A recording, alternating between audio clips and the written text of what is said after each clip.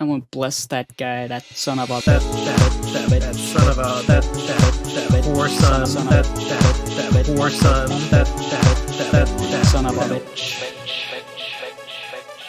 Welcome to the Pro Crastinators podcast. It's morning in America, and it's afternoon in Japan, where Gib is reporting live from Japan. Hey, you should have said Breakfast in America, because that's an album by the Oh, is it? What's it called? Not Supertramp. Supertramp. Are they a British band? Half British, half Australian, I believe. They're members. Okay. So I think they're based. I really in like Britain. Supertramp. Yes. I love Supertramp. Yes. Good reference. One time at my old house, like 2 houses ago, me and a guy just got really drunk and just were like, "Oh my god, you like Supertramp? I like Supertramp. When I was young, and life was so wonderful. A miracle. Oh, it was beautiful, magical." Yeah, I remember when things happen sometimes. How's your week? How's your week been, Gib? My week. Gee, I don't know. It's a blur. Oh, I beat Outer Wilds. That's a thing. I talked about it last time, but I beat it. You beat what now? Outer Wilds. Remember the game? The space game? Oh yeah, I downloaded it, but I haven't played it yet.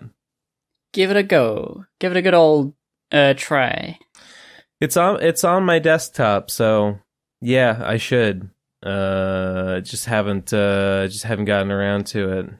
I'm halfway through finishing to edit my video, like the final cut. I had to do the whole rough cut, and now I'm going through with a fine-tooth comb, like doing the final edit of it, and that is half done.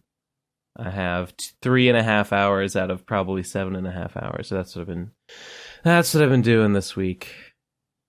Oh, you mean you've gone through 3 hours? I thought you'd cut it down from 7 to 3 somehow. No. I have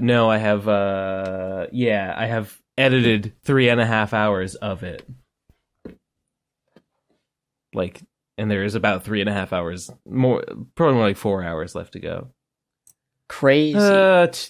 2 weeks ago, I said maybe I'd have it done by the time the episode dropped. Lol, that was silly. That was too optimistic. But I said as much. Hey, I said as much. Progress is progress. Yeah. Hey, yeah, it is. Hell yeah. I made a bit of progress on the Clarissa. I'm now in the final scene, kind of the showdown. I'm at the showdown of the sketches of the blocking out of the pages. So they're sort of half sketches. I'm deciding where the characters are standing and what poses they have, and I might change that before I properly sketch them. Like a storyboard almost. Yeah. I gotcha. Cool. How many pages is it at? Oh, I knew this. I counted them. I think right now. A most obvious question. You gotta be prepared. You gotta know this one's coming. I think it's like 80 something pages that have been blocked out and need to be sketched. So 80 something pages currently, and will include more by the end. And there's 50 that are already out that you can read right now on gibbandtake.site / Clarissa Gunsmoke and the Bandit King. I forget the exact URL. Just go to gibbandtake.site and read my comic. Yes. Yeah. Indeed. Nyaron. But yeah, it's like I'm not technically getting that much done, but I am always getting something done, so it's coming along. I don't know whether I'll be like finishing things up by the end of October, I hope to at least be in the sketching phase, and then see how many pages I can get done. And then, at some point, this will happen. The progress is slow but steady. It'd be nice if it was fast, but I can't have everything. No, indeed. No, indeed. Truer words were never spoken.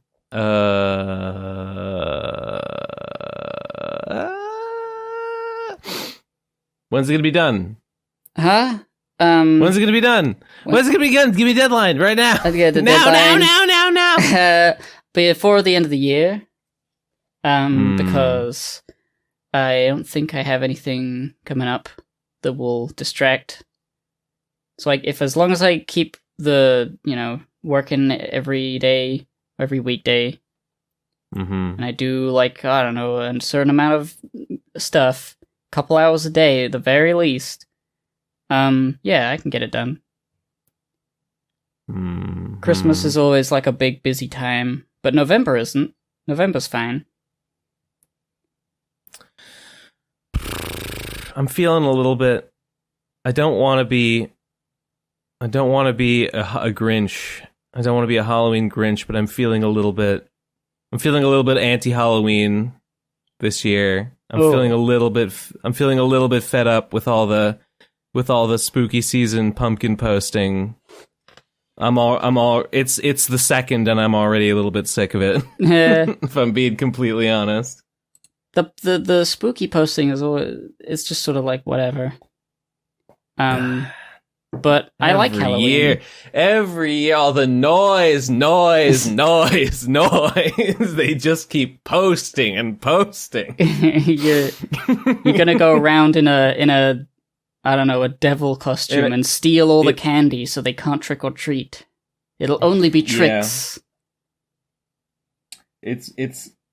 I'm gonna go around dressed as a Mormon, saying, "I don't let my kids celebrate Halloween, and I won't let you seduce him. I won't let you groom him into Halloweening with you."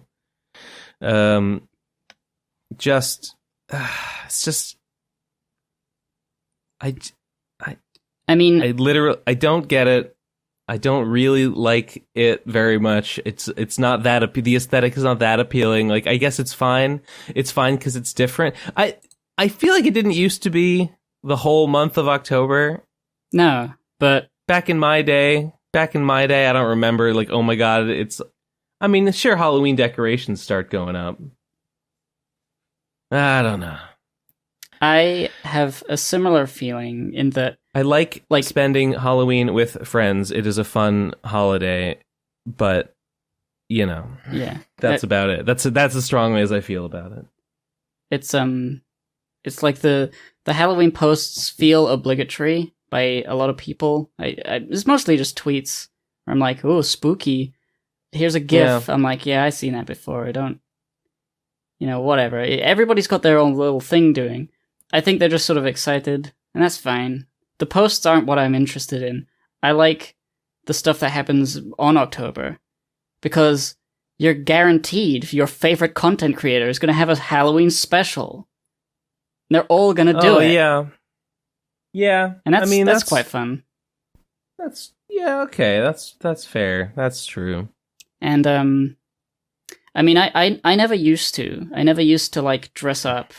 I dressed up when I was younger, when I was a little kid, for Halloween and stuff, but when I got into my teenage years, I was like, nah, what am I gonna do wearing a garbage bag as a cape and a little hat?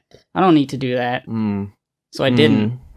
And I'm like, that's... A garbage bag and a little hat, that's your costume? Yeah, that's your idea of a Halloween costume? Yeah, I don't give a fuck.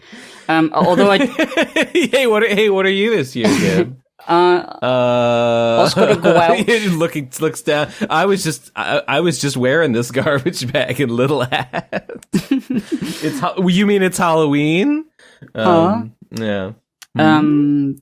But like, I want to get back into that. I want to actually make like a Halloween costume this year. I want to try and make something, or like half make it and half buy some stuff at thrift stores and like put together an outfit instead of just relying on, I don't know, store-bought masks that we got like 19 years ago that are in the Halloween box. Because that's what I used to be. It's just sort of like, if I don't put any effort in, all I've got is the Halloween box, and the Halloween box is like really old and sucks. I used to always try and make it an opportunity to do what I guess I would later come to know as cosplay. I always used to want to, for Halloween, I always just be a video game character.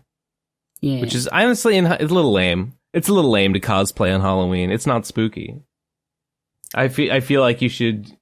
I feel like it's worth something. If you're gonna do it, you should be on brand with it. I suppose so. Yeah. It's not an anime convention. That's what I would tell my young self if I could go back and do it all over again. Yeah. I mean, little babies. The little baby is allowed to be like a minion or something. But I mean, well, if you're scared of scary stuff, you can be like a little Captain America or whatever. Well, everyone. Who did I see saying like, fuck, everyone's gonna be the Queen's corpse this year. Everyone is gonna be zombie. Shit, was the Queen named Victoria? It's Elizabeth. Elizabeth, sorry, everyone's gonna be the zombie Queen Elizabeth. You know, I hadn't even considered that, but that is kind of like an obvious, like, edgy. I mean, joke. Costume. Do you remember the year that The Dark Knight came out and everybody was fucking the Joker? They were fucking the Joker? They were fucking the Joker. Oh my god! Jerry. Yeah, he got so much him. sex. He got so much pussy. No, everybody was Heath Ledger. Everybody was Heath Ledger's Joker. It's gonna be that with Zombie Queen Elizabeth. the new hit like blockbuster was The Queen's Funeral, because there's nothing else in the cinema. That's how it feels. Basically, yeah. So I wanna make a thing. I just haven't decided. I made a tweet just today, where I'm like, what am I gonna be? What do I do? Because I don't know. I could be Vriska, but like she just wears a jacket and she's not scary, except when she's trying to kill people. What am I gonna do? Blah. I feel like, I don't know. I think that'd be funny. I know I just said cosplaying on Halloween is wrong. I don't actually think it's wrong. I just think I think it was lame when I did it. I would tell myself not to do it, but I hold myself to a different standard. Because I did it enough. Were you Mega Man X? I was Link from Zelda one year. I was Squall from Final Fantasy VIII in 8th grade. I don't know. So stupid. Pitiful. Pathetic. Die. Do you have pictures? Do you have pictures we can put on the screen of Ben Saint as Squall? No, I mean, maybe my parents have some pictures of it. I hope not. I hope not. I don't know. Looking back, it's like sad because, like, I don't know. I used to think it would be cool. Oh man, I used to want to cosplay as Zero from Mega Man Zero. I was like, damn, I want to dress like that. I want to have a costume like that. Oh, with the long blonde, like spiky hair thing. Well, yes, but specifically the one from the Zero series, which looks distinct from Zero in the rest of the series. He had a different artist, but and this is the case for Zero as well as for everyone else. You can't just dress like that, or in fact, like basically anything that I wanted to dress like. You can't just dress like that and look fine because you don't have that body type. You don't actually look like that. If I tried to dress like Mega Man Zero, or his name's not Mega Man Zero. His name's just Zero. I don't know. I would just look like a fat weirdo. I do not have the he has a very twinkish body type, and it despite however much I appreciate the character, I simply could not pull it off. So like, and so it's the same. I mean, same with Squall. Squall is like, it's not really made much of in the game, but like Squall is really like a very tall, handsome, like lantern-jawed, slim build sort of guy. I'm like I was like a dumpy kid, so like, I'm sure it just looked miserable. Yeah, I mean, it's hard horrifying. to look. It's hard to look good when you're like being a character that doesn't exist. But like, right. Isn't it fun though?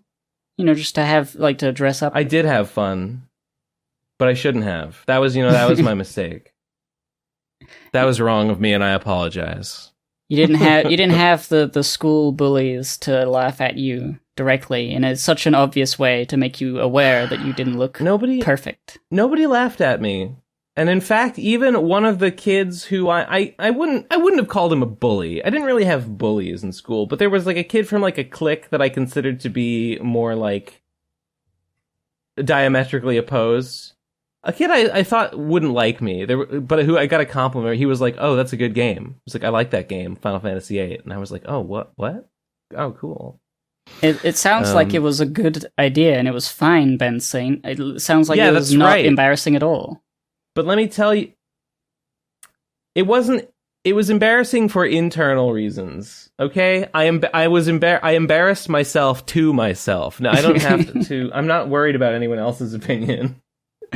Yeah, I don't care what anyone else thinks. I only care what my extremely self-critical version of myself thinks.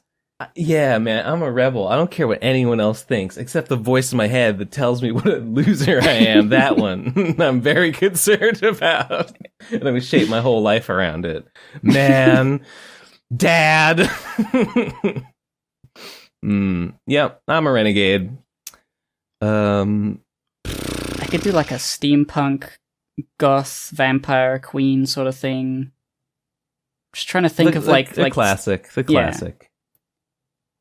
I was thinking of there's like nothing wrong like being with like a character, but I don't know. I don't know whether I want to be a reference to something.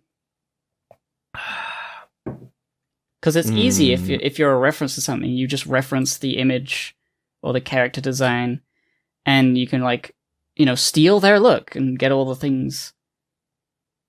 But that feels too easy. Ugh.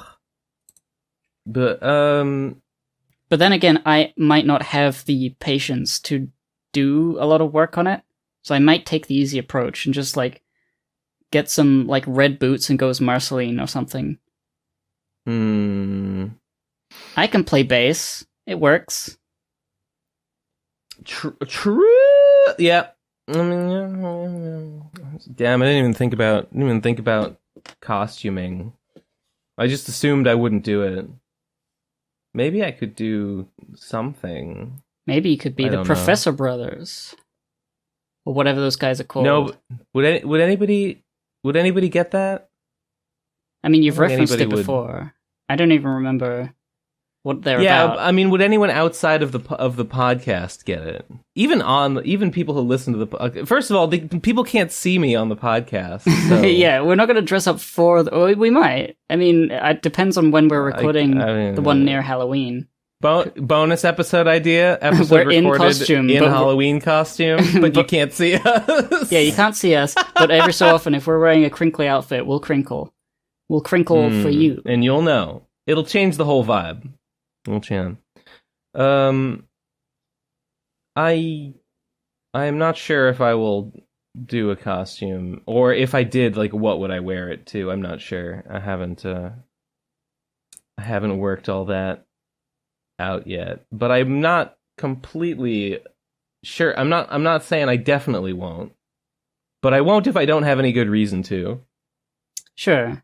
I mean, I'm not really gonna go out to a party wearing it. I don't have any parties planned. Maybe I'll find something to happen.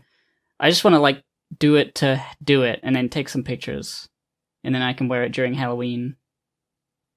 And then I might just, if I make something cool that I can just wear normally, that'd be cool. I can just wear it forever. Why only do realized- Halloween on Halloween? Actually, oh man, I had a realization on the subject of costumes. I have started, okay, because I've lost a bunch of weight. I'm down to like 160 pounds, which for my height actually puts me, BMI wise, it puts me just under the line of being overweight. So I'm just barely no longer overweight, according to BMI. I guess so. I feel like it feels hard for me to get to this weight. It doesn't, like I'm usually, but I am now. So anyway, what I'm saying is that I feel like BMI underestimates how much I should weigh, but that's a different subject. Anyway, I have lost a bunch of weight, and so I now fit into a bunch of clothes that I have not been able to wear for a while. Again, I fit into a bunch of shirts that I used to really like. I wore one the other day, a button down. It felt good. I thought I looked good in it. But I was wearing the jacket, the same jacket that I wore in the RadCon 4 lectures. It's like a black tuxedo jacket, sort of. It doesn't have tails in the back, but it's sort of a tuxedo jacket, and it's like, I don't know what you'd call it. It's like a short, sort of like half jacket. It's like doesn't reach all the way down to my waist. The sleeves It's a crop are full length, jacket. Yeah, I guess so. It's like a tuxedo crop jacket, and I think it's so cool. And I wish I had more of them. I was looking for like similar things on like Amazon or eBay, and I couldn't really find that many. Almost all the things I did find were women's, which is like, well, I mean, I would wear a women's jacket if, like, as long as it didn't look like super girly or anything. But most of the ones I found they either looked girly or they were like really expensive. So that was kind of a bummer. There weren't that many. But I was looking at the tag of it to see if I could find any information about the manufacturer, and it was like, it's like a costume jacket. It's made by like a costume company, not like a regular clothing company. I was like, huh, okay, sure, whatever. I guess I'm not supposed to wear this in quote unquote real life. Yeah, but I do. That's a bunch of hooey. It is a bunch of hooey. Yeah, thank you. That's what I've been saying. I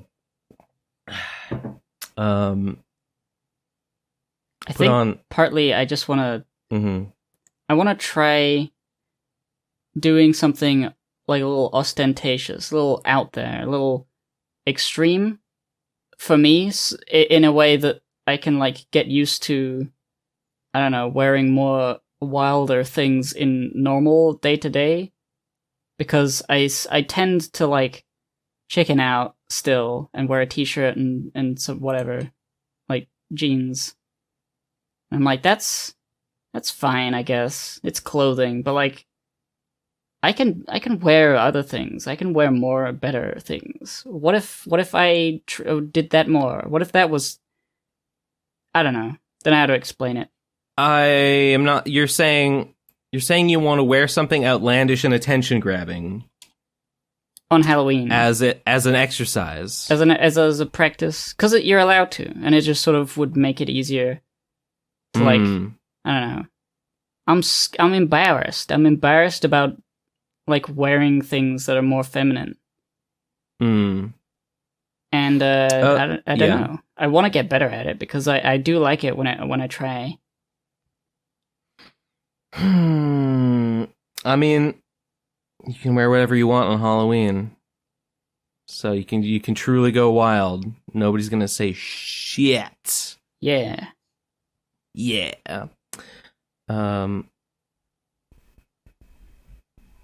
Okay. So where are we going from here? I don't know. No. That was really my only thoughts. It was just like, I want to do a Halloween thing, and that's my mind is set on that for the moment. That's all I'm thinking about.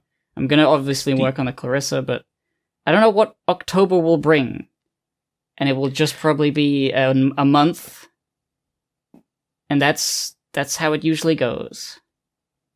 I feel pretty confident that for this October I will finish editing my big video probably in the next week, and I really mean it this time. And then maybe I will get it posted in the same week, although you never know. Sometimes things can happen. Like, if there's always the chance that I try to upload it, but like it gets flagged, and then I have to like do some fuckery with it to get around copyright stuff or content flags or something, or there's the chance that like the rendering might prove problematic because it's such a big video, and sometimes rendering really big videos can be a real fucky wucky. So but I'll probably get that done in like the next week. So my October will probably be, once that's done, I'll be going back to finish up Slime and Punishment and getting the book version of it done and hopefully produced. I was thinking about what I was going to do for the Kickstarter trailer for Slime and Punishment, and I have a green screen, and I was thinking, I wonder if I could do some kind of like in-character green screen, like from New Los Angeles City as the cop killer sort of little message. I think that would be cool. I think that could look pretty cool. Yeah. Use a little filter. How would you green screen if are you gonna have your green like mask? The one that has your teeth on it? Wait, what do you mean? Don't you have like a mask, like a little like a fabric thing that you can pull up over your face that has like your gross slime teeth?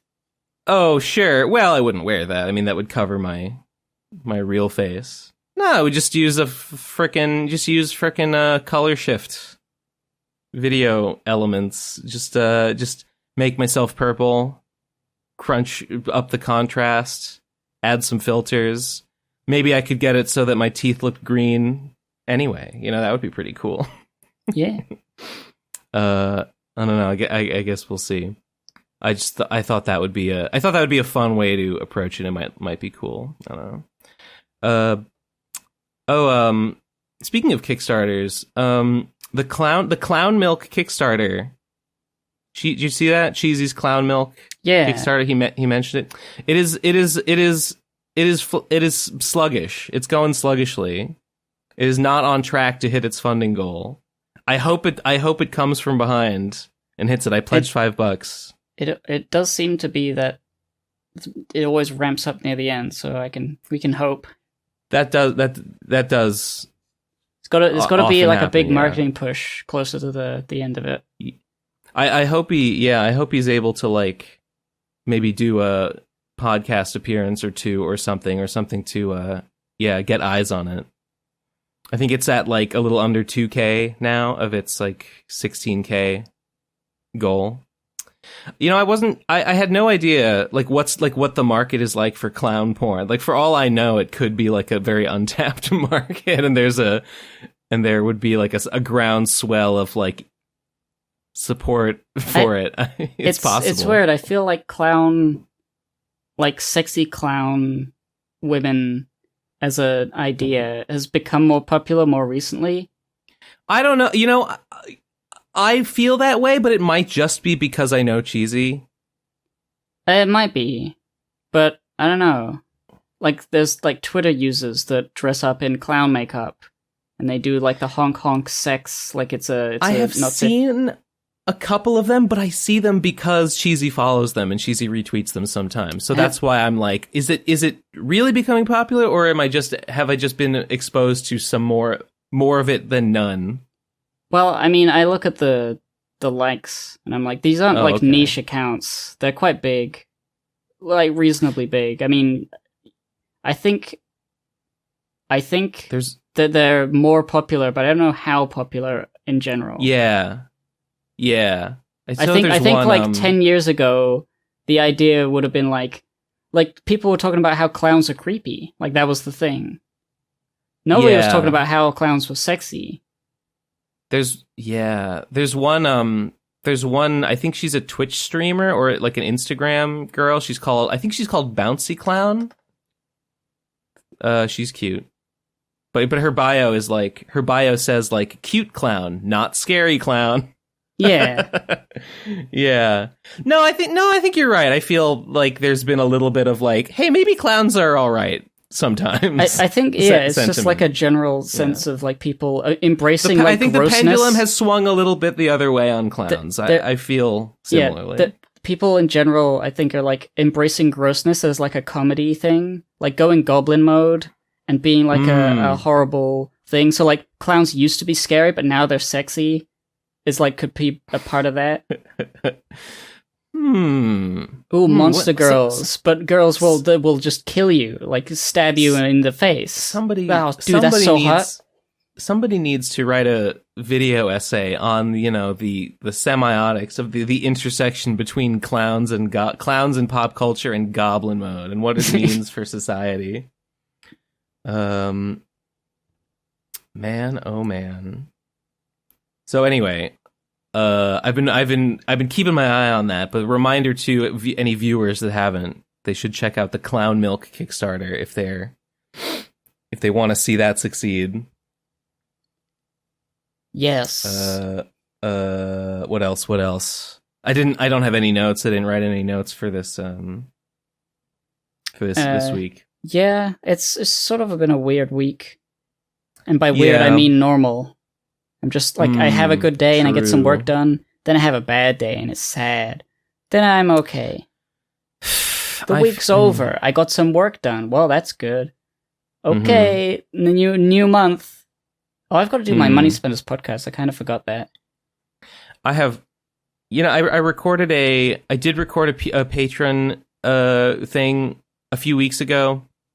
I said in that like, I don't think, I called them monthly Q&As, but I haven't been doing them monthly for a while, and I think it's time to acknowledge that like I'm not gonna do them monthly. They're probably gonna be more like every couple of months, and I think I'm okay with that because, I have this podcast to say everything that happens to me on a somewhat regular basis.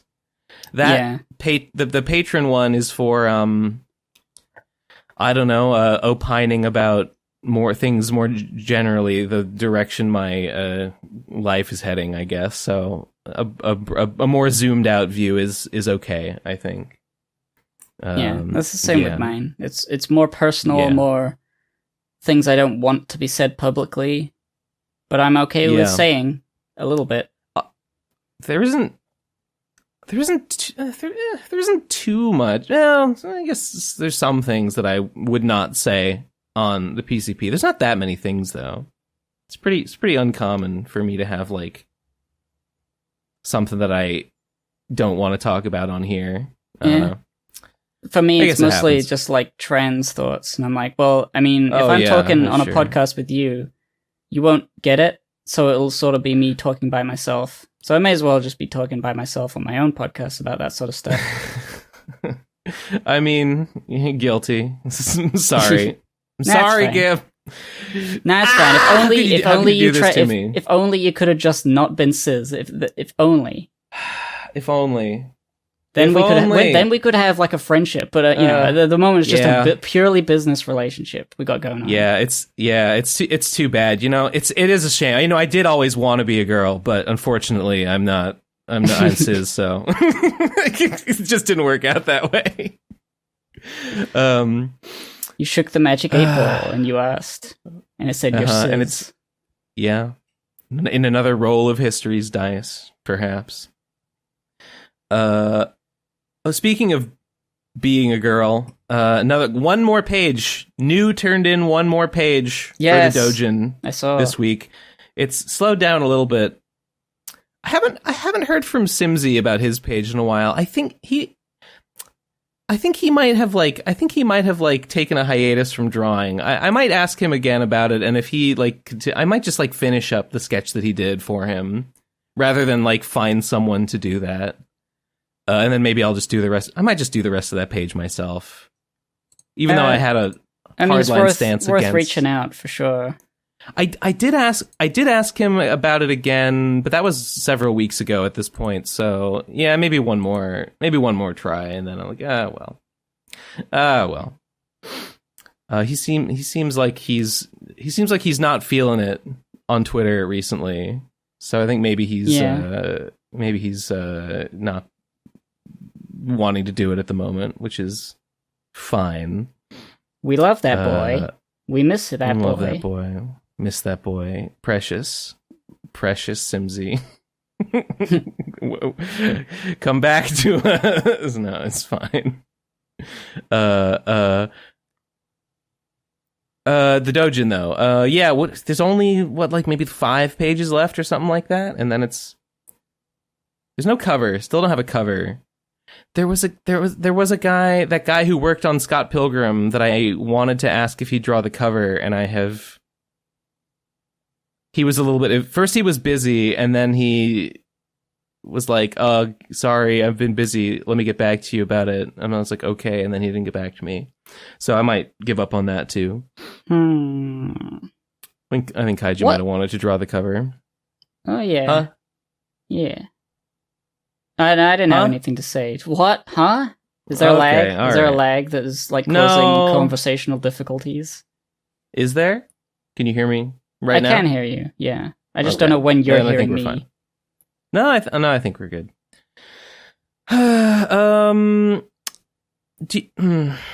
Geez, I don't have that much to talk about.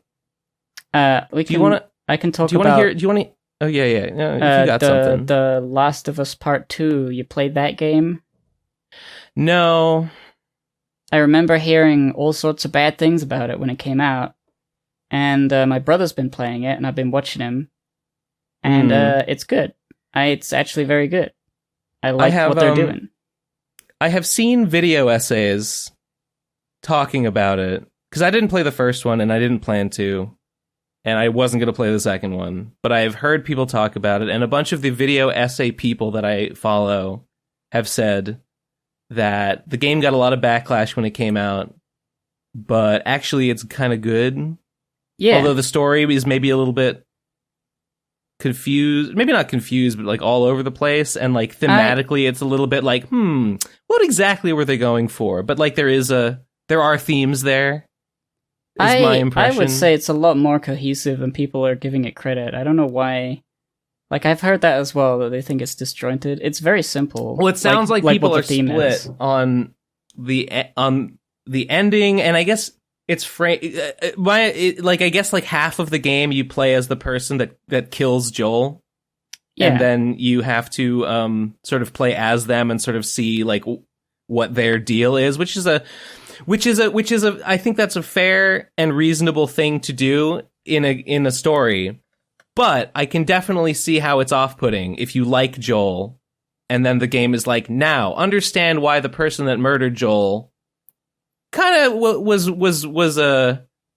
justified, okay. or not justified, but why they had their reasons. Come to play as them and understand them as their own person. See, that's the surface. It is challenging. Level. It's a challenging decision. That's surface level, though. I feel like having seen the game play out in real time with the cutscenes happening when they do, it's not about just the frustration of playing as Joel's killer. It's more of a broader theme about the necessariness of revenge and how it's self-defeating. Because the whole Abby, right? She is the person who kills Joel. Her dad was a guy who Joel killed at the end of the first game, and he was a very important guy. He was going to save the world with a vaccine, and Joel killed him because the vaccine would have killed Ellie. That's the. I mean, I've heard some people question whether that vaccine would have actually worked. Sure, I mean, but in theory, they were going to try it. They were doing that, yeah. But the thing is, that was Abby's dad. Abby obviously hates Joel and is dead set on finding Joel and killing him. What the fuck? And so, why is that OblivionFall? OblivionFall? Yo, we've already started recording. I'm recording. Okay. Hey, good to see you. Surprise poppin'. Well, I was going to be recording a drawcast right now, but couldn't find people, so I said, fuck it. I'll do something else. I see. Cool. Well, okay. Now this is what we're doing, I guess. So, Last of Us Part 2. Spoilers, by the way. Oh, no. Have you not seen the game? I don't know. You don't know. You don't know? It's not the kind of game I'm ever gonna play in my life, so I don't care. Yeah, Okay. that's me. Like, I've been spoiled on it because like I was never gonna play it. I enjoyed The Last of Us Part 1, so... okay. So the thing with Abby is that her desire to kill Joel for revenge of her father and the rest of the Fireflies that he killed kind of fucks up her own life, because her boyfriend that she was seeing ends up with some other woman who is one of the women in the game that Ellie ends up killing. But her life, her boyfriend is sort of like, he doesn't like that Abby is constantly all about killing Joel and this revenge thing, and they grow distant because of that. Abby sort of grows distant from her friend group and sort of finds like her life has less meaning. And after, she kills Joel, she comes back and her life is kind of sucked. It's kind of sucked of like purpose, and it's like not good. It's a bad thing. So it's framed as Abby's desire for revenge was not good for Abby. And so in parallel, Ellie goes off to kill Abby because she killed Joel. And Ellie has a similar sort of like lust for revenge, but then we see through Abby's like situation that it's not a good thing to go for revenge. It fucks up your own life. And Ellie's friends and like potential love interest are put in harm's way because of her lust for this catharsis of killing Abby to avenge Joel. She puts her own life in danger. She fucks herself up and her friends and her, and it's like, that's what the game is about. It's about like how revenge is self-defeating. It hurts you and it doesn't really do much for like anyone else. And I just like it. I just like it as a theme. Yeah. I like how it's portrayed and how it's not as simple. Good. Yeah, it's not as simple and like one note as people I've seen make comments about, where like it's a game where you shoot people and the game tells you that you're a bad person for shooting people, because that is not at all what it says. That's sort of a cliche at this point. Yeah, it's because like you obviously shoot people for survival because that's the world you live in. But it's specifically the revengeful killings that are not necessary for survival or self-defense, that are, sort of bloodlust. That's the thing that they're having a go at. Like, why do you feel like Joel doesn't deserve what he got? And also, why does Abby feel like she deserved to do that? Why does Ellie feel like she deserves to do any of this? It doesn't, you don't need to do that. You're just fucking yourself up. That's the sort of message. And it's controversial, but like, I like it. It's well told. It's a story that I am into. It's interesting. And I don't like when people like sum it up in such stupid ways. Yeah. They don't have a choice for it. There's a woman in the game who isn't conventionally attractive, so, it's all terrible. We have to fucking hate everything. There are a few people like that. I don't know how many, but it definitely felt like the first wave of hate was like, I can't believe that somebody killed Joel, and she's an ugly woman. I know. Like I saw that like everywhere, and it was just so silly. Is Abby's not ugly, is she? She's like, she's not kind of like, she's kind of like muscular. She's muscular. Right? She's like that's jacked, the problem. And she's got a normal person face. It's like she's not a beauty model. Cringe. Yeah. And it's like wow, a normal person in a post-apocalypse that has big muscles for survival. It makes sense. It's just sort of like, it's a silly thing to get mad about, and I know some people got mad specifically about how she looked. It's just not realistic, though. Yeah. Like a woman just wouldn't be muscular like that. It just strains a strange suspension of disbelief. I say in my mushroom zombie. Unrealistic that women would exist at all in a post-apocalypse if you think about it. True. Yeah, they're so weak. They would just the mushroom away. crowd would have killed them all, and then it'd be Lisa instead. Remember Lisa? from The Simpsons? No, the from game Lisa the Lisa. Painful. It's Oh, painful. yes. There's not enough women or something. Wait, Lisa's not even in Lisa the Painful. She's dead. She was dead the whole time. Spoilers. Why'd you Are you say thinking that? That had are you nothing to thinking do of- with anything. Wait, I thought you meant... I was talking about the game. I was not talking about a character. Yes, right. It would be Lisa. I understand. Like, it would be the there's only men scenario. Yes, you're right. That's the only apocalypse that I think could ever happen. It's the most realistic scenario. Even though they never explain why that happened. But that's what just makes it so realistic. It's the ovaries. Or there was the Flash. There was the big Flash. Or the balls that protect you from the Flash. It was the balls. It was the balls for sure. You get right down to it. How are you doing, Oblivion? I'm doing okay. I'm working on new animations for my Patreon. I've leveled up my art quite a bit. You think so? I think so. I can. How so? I'll just. How so? Pixar didn't happen. I'll send pics. Justify yourself. Yeah, I'll just chuck a couple in your DMs. Why not? Sorry, audience. Not ready to have these be public yet. Oh, are these? Okay, all right. They're too saucy. There's one for you, Ben and Gib. Aside from that, something's been going on. Kai's completely recovered from his top surgery now. That's some good news. Looks good. Nice. Good. That is good. And yeah, this looks. Is this Phalia? Yeah, this is Phalia.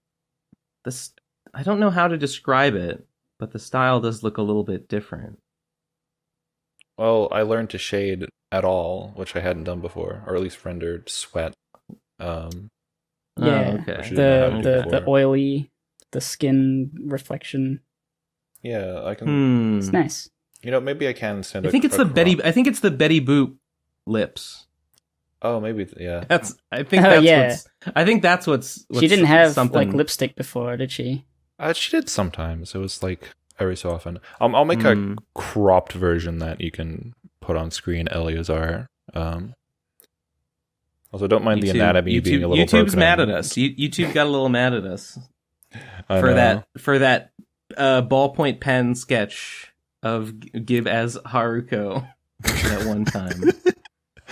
Oh yeah, stuff like that happens. But I don't know. Okay, all right. Yeah, I see what you're talking about. Life's going all right. Are these for an animation? No, those are just for an image set. I am doing an animation as well. Okay, that is going pretty okay.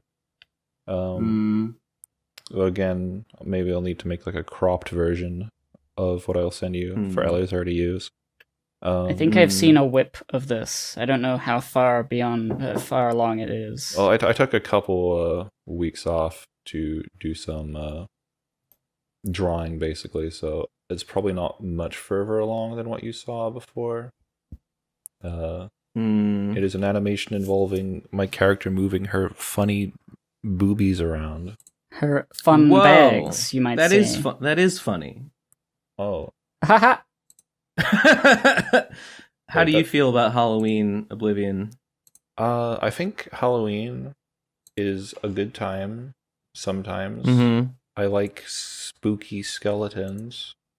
But somebody has the 10-foot tall Home Depot skeleton down the street from me. It's like leaning off of somebody's like third story balcony. Oh my god.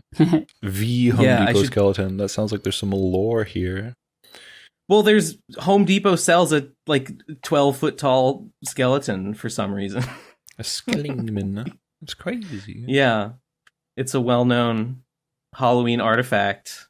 And someone got it. I don't know, man. I was saying I'm not really in the Halloween spirit at the moment. I'm not really feeling it right now. I'll be honest. So, Neither. I've never done a Halloween. I've never done a trick or treat. Oh, okay. Like that culture just sort of escapes you. It wasn't never happened. Present in New Zealand too much. Yeah. Though we did have the church would, like in churches all over the country, would throw what they called star parties on Halloween. Where I've never heard of that. It's sounds basically sounds like some witchcraft. Sounds like some astrology. Yeah, like maybe you're correct. Yeah. And it was just, you just come down to a church, they just have candy like out in the open, people can grab, like you can dress up, but no scary costumes. And there's like a sausage sizzle going on. Wait, what's a sausage sizzle? I mean, I think I can guess from the name. You have a little barbecue and you throw some sausages and you put them in buns with ketchup and grilled onions. You mean a barbecue? Yeah, you mean a barbecue? No, we call it a sausage sizzle. That's too so many funny. syllables. Ever go to a Bunnings warehouse? There's always a person selling $1 sausages. No. Outside. Sausage. Bunnings I mean, I know about Costco $1.50 hot dogs. And I know about Sheetz 50-cent hot dogs. Damn. I think they're 50 cents. I've never been to a Sheetz. I just know that Michael from Reps to Gog was a big Sheetz hot dogs fan. I think they were 50 cents. Like 2 for $1 or something. Anyway, Possibly. That's beside the point. Okay. Sausage sizzle. Very funny name for a very specific kind of barbecue. Yeah. Look, we didn't really. No, you can't bring pork chops to a sausage sizzle. Get that shit off the grill. No, it's only sausages and nothing else. Only sausages. If it's not in casing. I like the idea that somebody here. just like they have the covertly acquired like pork chops or whatever, and they throw them on the grill before anyone can see. And it's like no, well, it's because no, the pork is gonna you don't have ruin plates to eat it on. Like you have basically like a napkin, and you get the bun with the sausage in it, and you just carry the napkin around, and then you dispose of the napkin when you're done, or use it to wipe your face or whatever. And there's no like plates or anything, so like it's very much like a portable thing that you can just eat in public. You don't have to sit down. Yes, I know what a hot dog is. I know, but like. I see. The point is there's no plates. No plates. We don't call it a barbecue because it's only sausages. Like if you were going to cook other stuff in the backyard, you would call it a barbie. In that instance, I guess. That's interesting. I never heard of that, but I mean, I get it. I mean, I've been to a pig roast as a kid, as a child at my karate dojo. They had a pig roast one time. Wow. Where they roasted a pig. And the pig never forgave you. I doubt it. I doubt he would. Yeah. I would be. I mean, oh shit, I'm getting hungry. I'm getting hungry thinking about that. That's no good. It's no good. That's no good. That's no good. Oh, you know what I could do this month? I could explore my vampire characters that I made. Did you see this tweet? Oh, I'm gonna post. I did see the 2 vampires. Yes. Oh, there they are. Daki and Makalar. What's going on with the mouse one? The mouse one. Okay, so you know how like a vampire like turns into a bat? Well, yeah. She turns into a mouse instead. You know, I feel so like she wants cheese. I feel like prior to the sort of like pop culture codification of what a vampire is by like Dracula media, like it wasn't like, oh, vampires turn into bats. It was like vampires can do all kinds of crazy things, including turn into animals. Yeah. But then they just had this one famous vampire that turned into a bat, and then suddenly it was like, oh yeah, vampires turn into bats. Yeah. What I wanted when I was coming up with it is like, I wanted a vampire character, but I wanted them to be like, not derivative of popular vampires, because like, vampires exist in almost every like culture ever, because it's sort of it's quite often misogynistic. It's like the ones that I got these ones from were like Indian and sort of Indonesian myths, where a vampire is a I forget the name that it was, but like they seduce men, and they're born when a woman has an abortion. When a woman dies giving birth, or when a woman has an abortion, they come back as a vampire, and they steal the men away, and they kill them, and they turn into beasts. And there's like things like that are all like, women are scary. True, though. Where's the lie? Where's the lie? So I thought I'd make like true to life vampires. So Daki can transform into a big old demon, and she will eat blood and kill you. She's not a nice vampire. And she has a little sister who is a very nice vampire. Cute. Are their names a pun on Daki Makara? Yeah. Although makalar has like kalari, which is a cheese. Oh.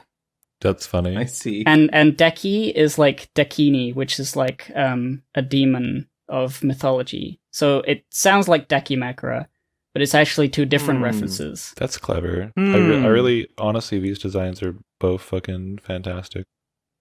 Thank you. It's pretty. I need to draw them more. I need to draw them having Halloween hijinks. It doesn't make sense that they're brown. Those vampires spend a lot of time in the dark. What do they need the melanin for? Yeah, you see, what do they need it for? Just get rid of it. It's just not historically accurate that you made these you made these Indonesian vampires brown because I don't know, European. What about Europe? What about Europe?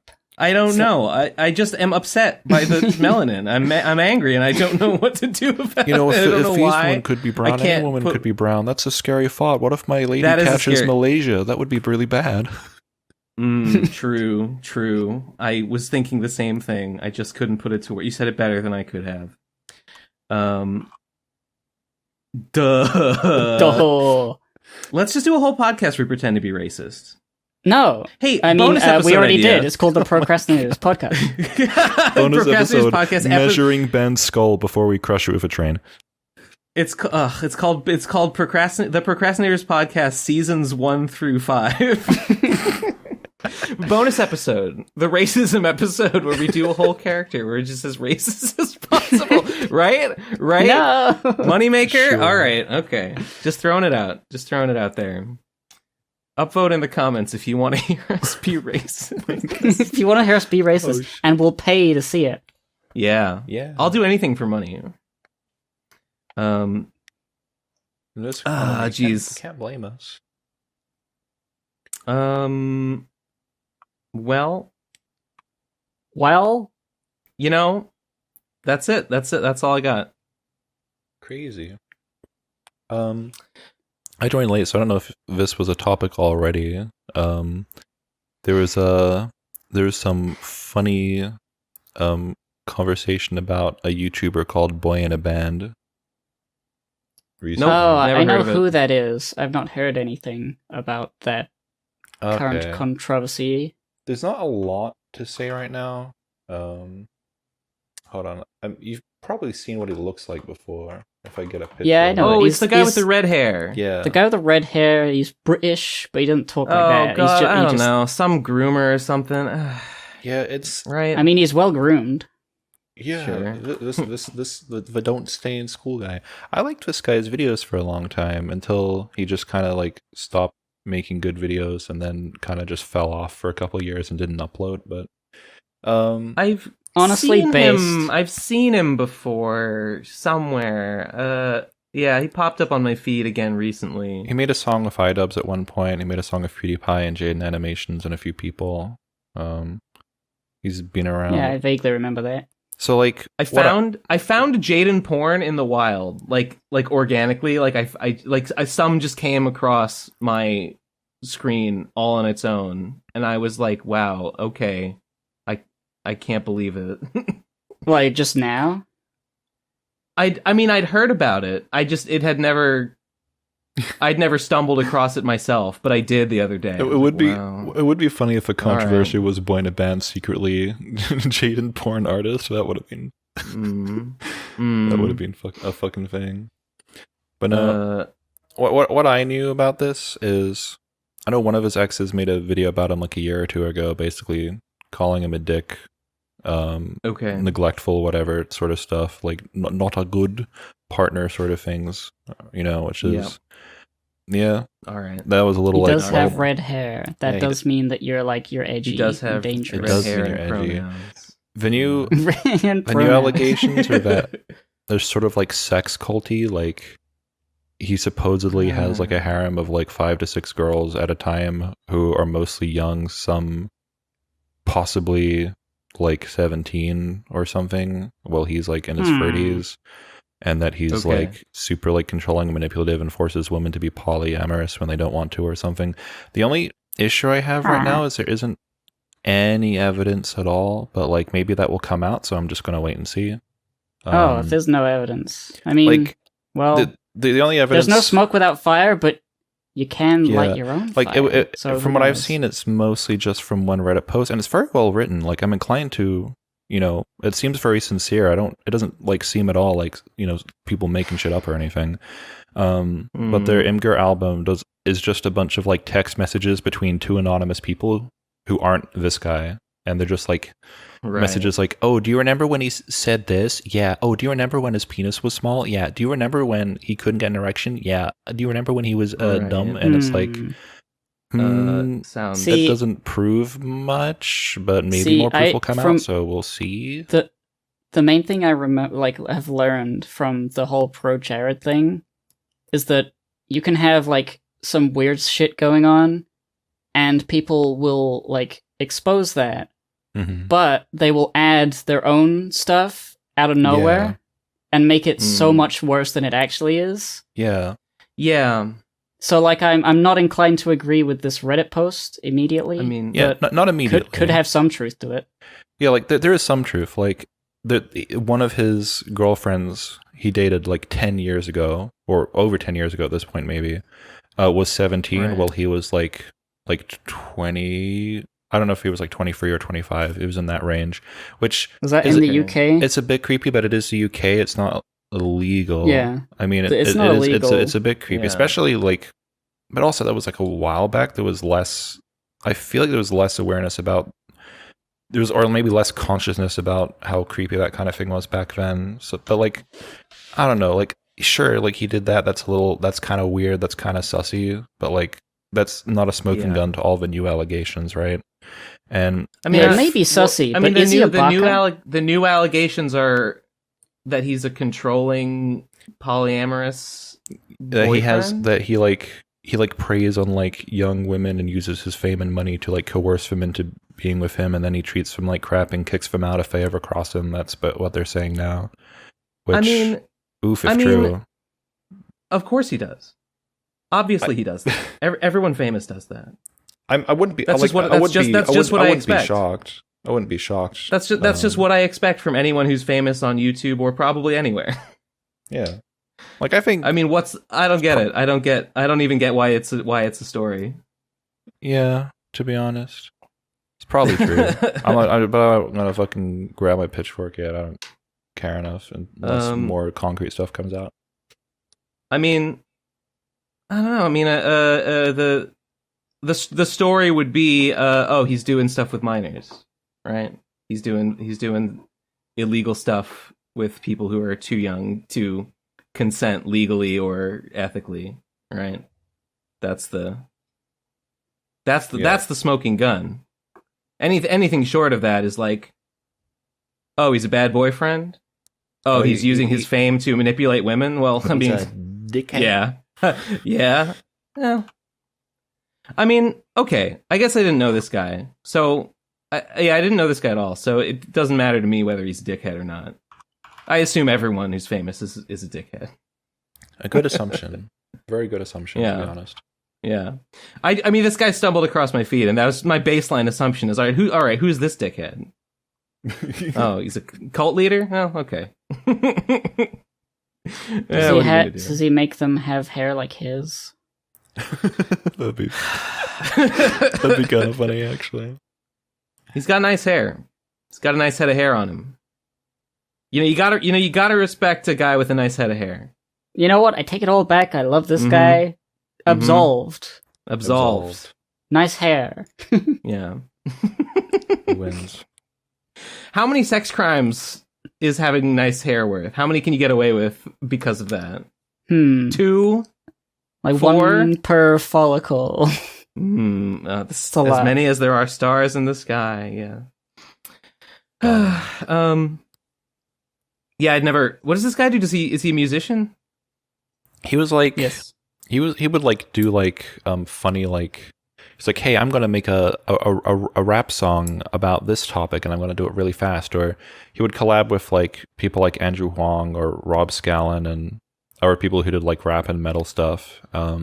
Usually just kind of like, here's a funny idea for a song that has like this restriction, and I'll just make it. Or It's also known as having not enough fame as a musician to get by, so I go to YouTube. yeah, and he started like doing videos like hey, here's the man.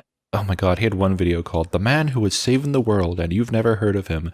And did you know there's this guy who's like a real life Iron Man who created PayPal and builds rockets? Oh yeah, his name's Elon Musk. No! I mean, how long ago was that? It was 2015. To be fair, like Yeah. not many people knew about it back then, or knew about how full of shit he was. So yeah, I couldn't have told you that Elon was cringe back in 2015. So I can't. It's funny, but I can't really judge. I mean, I didn't know Elon was cringe until around like 2018. To be fair, and even then, I was late to the party. It's just it's only in recent years that like there's a fucking his bullshit, all his like hyperloop bullshit and so on and so forth. All right, I mean, yeah, okay, pretty cringe video, bro. But like, was that around the time? Okay, was that before or after he went on The Simpsons and Lisa said he's the most important inventor of our time? I have no idea. So this was like January 2015. So this coming blows. up on you know what? Okay, this actually really blows. Even if it is before, I know people knew as well. This sucks, but it's Well, I Everybody watched makes this video mistakes. in 2015, and I'm like, I've never heard of this guy, but wow, he is cool. Because I just assumed that a YouTuber like wouldn't like put a bunch of misinformation in their video. right. Never trust anyone, especially yourself. Oh my god, I don't trust myself. All the comments are like, yeah, this didn't age well. Yeah. It really, like, even if it's like, oh, this guy's really cool, saying the guy who is saving the world is a bit like, it sounds like you're already buying into the Kool-Aid, the hype. Like, Yeah. it doesn't sound like if somebody was like inventing something amazing or was doing something really good, you would be able to like point to like more specific things than he's saving the world. It seems a little over bloated. Damn, you this know? guy's got 3 million subs. This is a big channel. Yeah. It's sort of like maybe a telltale sign that there isn't actually much there if like you're blowing his ego so big. Oh wait, I just remembered. There is one other like cringe thing that he did. He made like, you know how you probably see this a lot on YouTube these days, where people you're subscribed to will like put up community posts with polls that you can vote on. Yeah, I don't really look at them, but yeah. Hold on, I need to find this.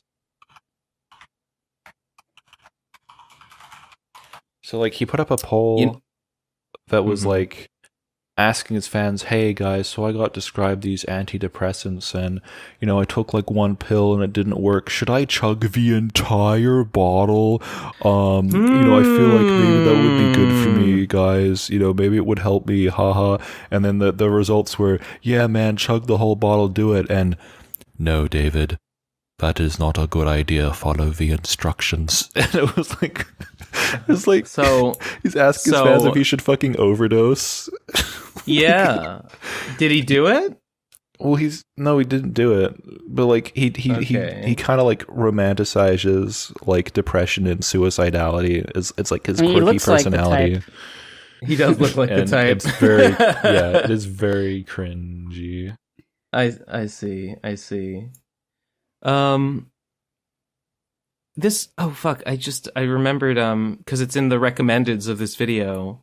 Either of you two watch Action Button? Either you two keep up with that? There's a new Action Button this week.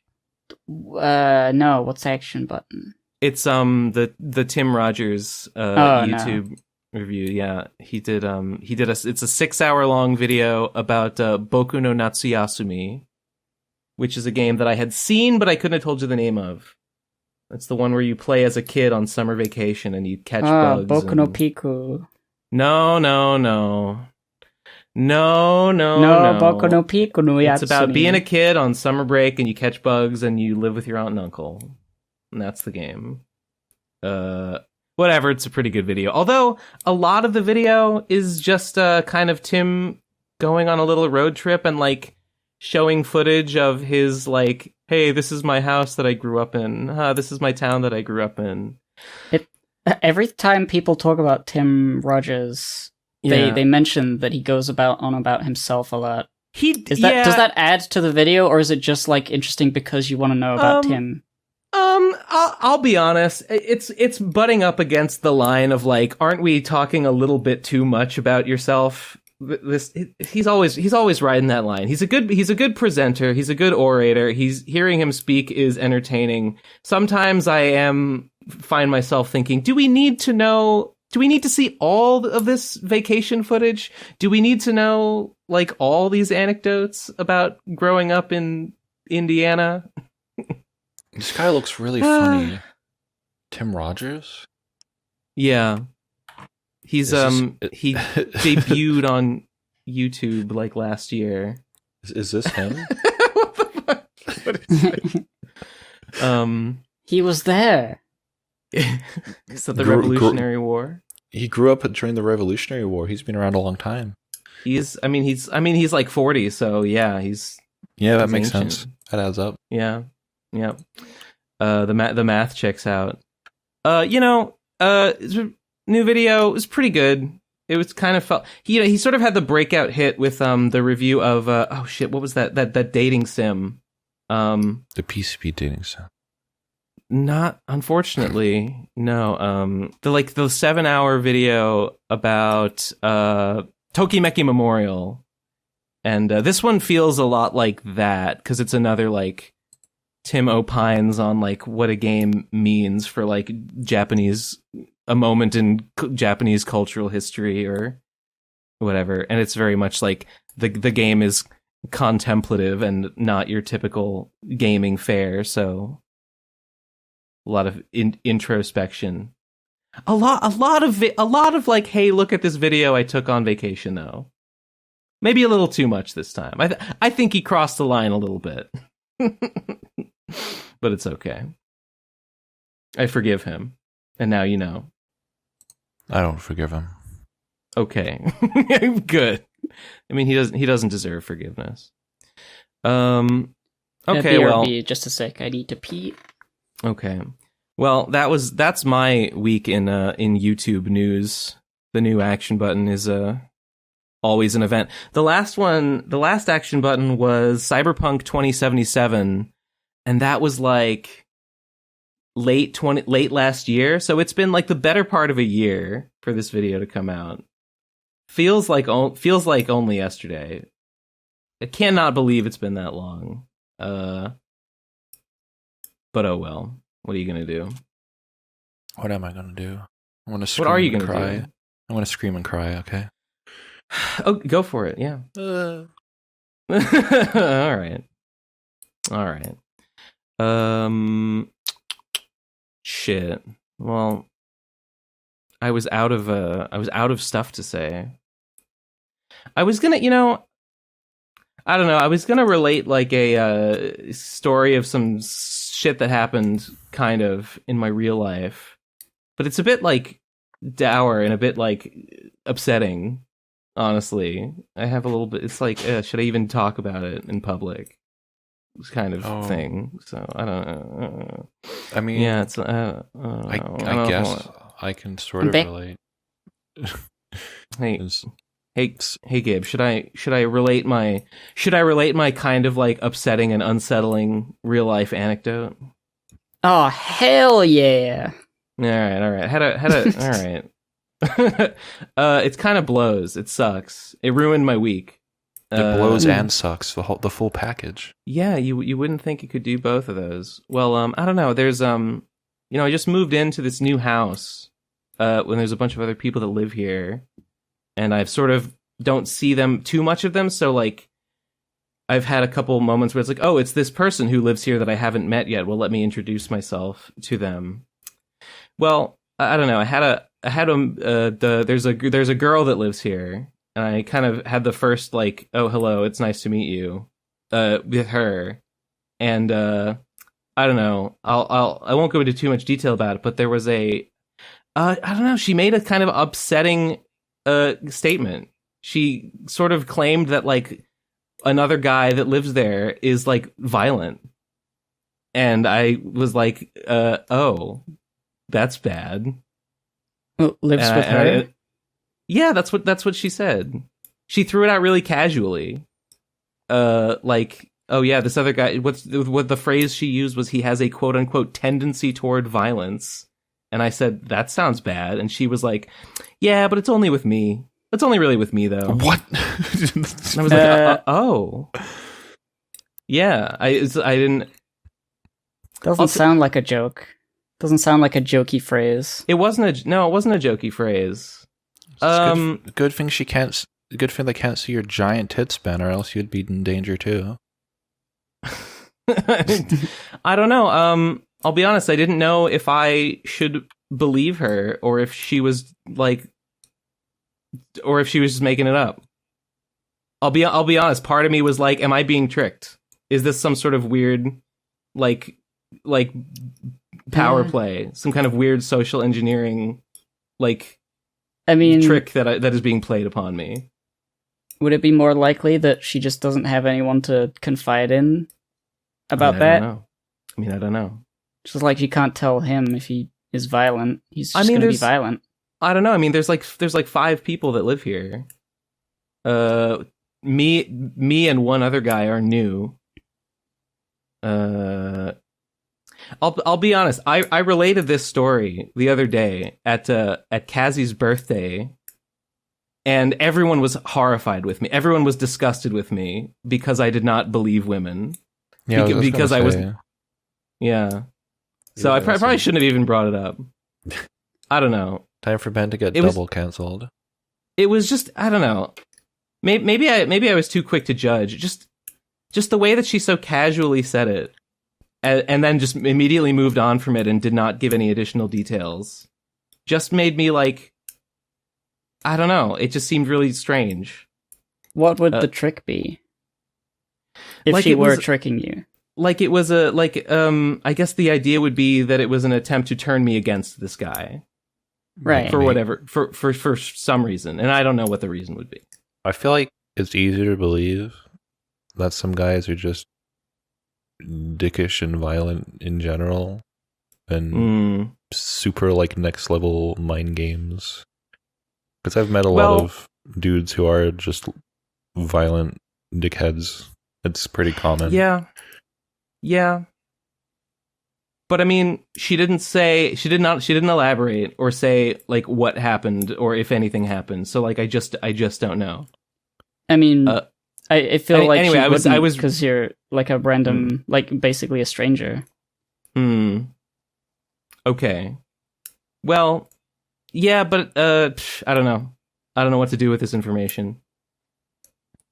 It's obvious, Ben. You have to be a hero. You have to get your claymore, and you have to go slay the dragon. Go kill him. I don't know. Don't even ask one question. Don't even learn who he is. Just go on a rampage. Yeah, just right in Hafe, you know?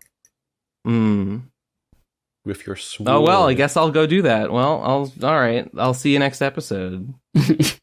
I'm gonna go catch a case. I'm gonna go commit violence, but righteous violence. Yeah, I don't know. This has completely ruined my week. This has been like so upsetting. It sounds pretty weird to happen. Yeah. I was very dismayed with the reaction that I got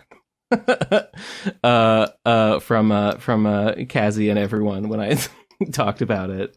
I felt like a real dick, but I really don't know what to do. So that's me right now. That's where I'm at. It's bugging me. Do you feel like it would be better or worse if you tried to follow up on it? If you tried to ask her what she meant, or even talk to the guy. I mean, if it's true, and I tell the guy that she said that seems like it would be bad and it would make him angry. Not to tell the guy on the off chance that she was telling the truth, just to talk to him to see what he's like. I mean, I have talked to him a couple times, and he seems fine. He could be a monster in secret. I don't know. Yeah, I don't know this guy well. I've only met him I've only met him a few times, and I've just moved into a house with him. So I can't really say anything about him personally. Haven't noticed anything myself. Here's the thing. When I was talking to her, the first thing she said to me was she wanted to talk about like utility bills, and she asked me if I would like take over responsibility of like putting the bills in my name, and I didn't want to do that. And then when I said I would ask this other guy about it, and she said he has a tendency towards violence. And so I was like what is Don't ask him. Is this a persuasion? I don't know. This is why I was like, didn't know what she was doing. I mean, I thought that my roommate Sean had a persuasion toward violence, but that was in the form of when he talks, he just makes sudden hand gestures, and I flinched. And that's it. So, yeah. I mean, maybe did she like come out and say like I've been abused, or just this guy like the only thing she said is he has a quote unquote tendency toward violence, which could mean a lot of things. Yeah, there's a wide range of interpretations, so right. Yeah, I wouldn't worry too much for now. Just keep an eye out just in case. I guess what else can I do? Yeah. I don't know. I don't know. I've had people tell me stuff in the past like that, very like sort of emotionally charged things like that, and it has been manipulation. It makes me wary. The lack of details. I don't know. It gave me a weird feeling like it was a trick. But maybe my instincts are wrong and bad. Possibly. I don't know. I couldn't possibly say, having not been there. And, right. And true. Well, I guess sorry to be a downer. I know this sucks. If it's I giving feel you terrible about it. If it's giving you grief, do you think you need to do something to stop that, or? I mean, I just don't know what I could do, or if anything would be appropriate to do. Yeah, it's tricky. Like, my first thought is like ask her to elaborate. I wouldn't expect her to elaborate. You might get more questions. Right. I mean, if I had been in that original conversation where they're like, "Oh, they have a tendency towards violence," I would have been like, "Whoa, like how come? Like in what way? Should I be worried?" Yeah, I'd definitely ask follow-up questions like immediately, but I think the moment's passed. Yeah, maybe I should have jumped on it and been like, please explain. But she kind of moved on from it, and so I kind of just was like, oh, okay. Yeah, You know, maybe the I other should have day asked when you follow-up. said, I mean, you probably still go like, the other day when you said this, like, what did you mean exactly? Should I be scared? Yeah, just someone like that you could know, be fine. Maybe she's not around very often. Like this was the first time I've seen her. I've only seen her twice in the whole month that I've lived here. Like she's mostly out of the house most of the time. So I don't know when I'll get another chance to do that, but like eventually I surely will. So yeah, maybe that should be the plan. Okay, that's the plan. All right, game plan. Got it. All right. Yes. Sorry about that. It's a bummer. Lame. No, That's it's a real life moment. Okay. Yeah, unfortunately. Well, I don't have anything else to talk about. That's all I got. I swear there's something I have on my brain, but my brain is like dead, dude. I don't remember anything. Oh, you know what? I could talk about this. I'm not going to do it just because like daily art challenges in October Cringe. is something that literally everybody does now. And it's so many that I feel like I would be too normie to do it myself. But I did have a cool idea, which I kind of started one year and I didn't do anything, is Cocktober. We draw dicks every day. That's a good one. I think I will draw like maybe... Where's she going with this? I'm going right to the groin. That's where I'm going. Okay. You know, drawing my character's dicks got a pretty cool cock. For anatomy practice, and also haha penis. It's true. And Wait also a it's a minute. better fit than like Inktober. Cocktober sounds like October. It's just got a k at the front of it. That's what we should have all been doing from the start. I'm sorry, we moved on already, but I just remembered something. Something about the situation. Yeah. I was asking another guy, because I said there's two guys that live here. Me and another guy are both new. And I asked the other guy, not about what she said about this other guy, but I asked him about the utility bill. I said something about like, oh yeah, she said something about like someone else was like late on payment or something. She said, because she said that the guy that she said has a tendency toward violence, she said that he had like not paid his bill or something. And this was why she wanted me to take over responsibility for like taking the bills in my name, because this guy had not paid his bills. And I mentioned this to this other guy, and I just said, yeah, she said that other guy didn't pay his bills. And this guy's immediate reaction to that was he shook his head and he said, like, I don't believe her. Like, I don't believe her. And I was like, okay. So somebody else also thinks she's tricky. I don't know why. I didn't follow up on it with him. But I don't know. The whole thing just gives me a really bad feeling. Yeah, understandable. What if this is a woman moment? We don't want that. We wouldn't. We truly would not want that. I don't know. Back to So it's Cocktober. very- Anyway, Cocktober. Anyway, Cocktober. Sorry, never mind. I want to do Cocktober. I'd love to draw a dick every day. I have so many characters with dicks, so many other cool characters I can give dicks. Sounds like Yeah, fun. it's like the perfect crime, except it's not a crime. You're allowed. Everyone's allowed to It's draw a crime, dick. except you're allowed to do it. What if it was Yeah. legal? What if crime was legal? That's like Drawing- that's Cocktober. Yeah, drawing one thing every day just doesn't work out. It seems so simple because how long does a drawing take? Like 5 minutes. But you're always gonna. I mean, I'm always gonna want it to be decent, like presentable of an image.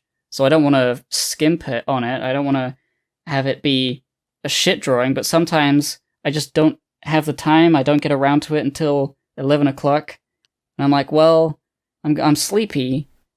I gotta do something. And then I do something that sucks. And I'm like, fuck. Shit. And it just makes me feel bad for the next day, where I'm like, I gotta make up for yesterday by making a better drawing, and it just doesn't work. It's Oof. hard to do, like, it's so easy to draw, but it's so hard to draw for a month straight. Yeah.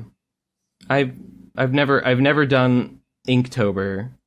When I've sort of done it, I've only done maybe like 4 or 5 drawings, and then no more. I will draw like, I'm not gonna do the whole month, but I will draw a few. Don't know how many. Maybe even just 2 of them. Maybe even just 1. But that's gonna be my Cocktober. You can find it on at Big Girl Squish on Twitter. Just one drawing. Yeah, like unironically, it doesn't need to be a whole big thing. I don't want it to be for me. Yeah, It could even just be like one big canvas that throughout the month doesn't have to be every day. You just draw cocks some days, you draw a few cocks some days, you draw none, and then you post the whole canvas. This whole canvas, all of October. That could even be another approach. And then you draw like a character looking at them all, being like, which one do I take? Which one do I choose? How many do I have enough holes? Oh shit, gotta make some new ones. Oh god, what does that mean? I don't know. Just cut yourself? But hopefully shoot not. yourself? Just grow extra titties, you know? Nipples are good that's enough. what you mean. It's just that simple. Yeah. I've seen the porn. I know how this works. I haven't. Well, see, Ben, when a mother and father love each other very much, they sometimes draw pornography. You mean that when 2 parents of any gender in this under these woke skies that we live under? Woke skies. Like, can't Anyone believe can that. be a mother or father. These are just terms. Terms Girls of can be surrender. boys. It's all just words at the end of the day. These are Like, you terms can of have like a surrender, gay man. couple where one is considered the mother and the other the father. I think that's allowed. It is allowed. Linguistically. Technically, yeah. Under international law. And if you're a non-binary, you can say parent. You got the good. whole gang. Just wanted to be inclusive. Okay, good. When parents love each other very, very much, they draw pornography. Parents love it, yes. Okay, got Understood. it. Yeah. I do like mother and father, though, because mummy and daddy are funny words. Yeah. Is there a baby version of parent? I don't think so. Baby version. What would a baby call their like non-binary parent? They can't say mama. They can't say dada. What do they do? How does a baby cancel not the baby? get cancelled? Cancel the baby. Cancel the We baby. got to find a way for the future generations to not get cancelled immediately. I know. These bubbies are gonna have a bad time. Look, I think maybe we should just make mommy the gender neutral term that everyone uses. Well, I know why you want that. I want mommy. I need milk. I need to be held. Yeah. Don't babies just kind of say like mama, like or do they say mama because like someone teaches them to? They get taught in other I think- languages. They say other things. They do say other things. I think it's just it's simplified in that way because babies can make vowels and then interrupt those vowels, and it Yeah. sometimes sounds like mama da da ga ba ba bi ba ba. Yeah, and I feel like the M sound is probably one of the easiest noises for a stupid fucking baby to make. To go Stupid fucking baby. Just easy. He doesn't have to call them anything. He doesn't have to say anything. He can just scream. And like, Well, yes, that's what they do. yeah. So, But like, what would you teach your baby to call you? Because they can't say your full name. That's too difficult. Can you say Yaya? Can you say Zuzu? Can you say Pee-Pee? sounds Pee-Pee would be difficult. good. would it? Pee-Pee is funny. Oh no. I don't know. I'm not sure about that one. I don't know about that one. Somebody tells me that one's in use already. In use like a restroom? Yeah, it's occupied. Yeah, it's like Wall Street. Understand? Wall Street. It's occupied. Oh, right. Duh, of course. I'm sorry. Hang on. My brain just makes autistic relations from one word to another. It's bad. That's called I puns. get It's you. good.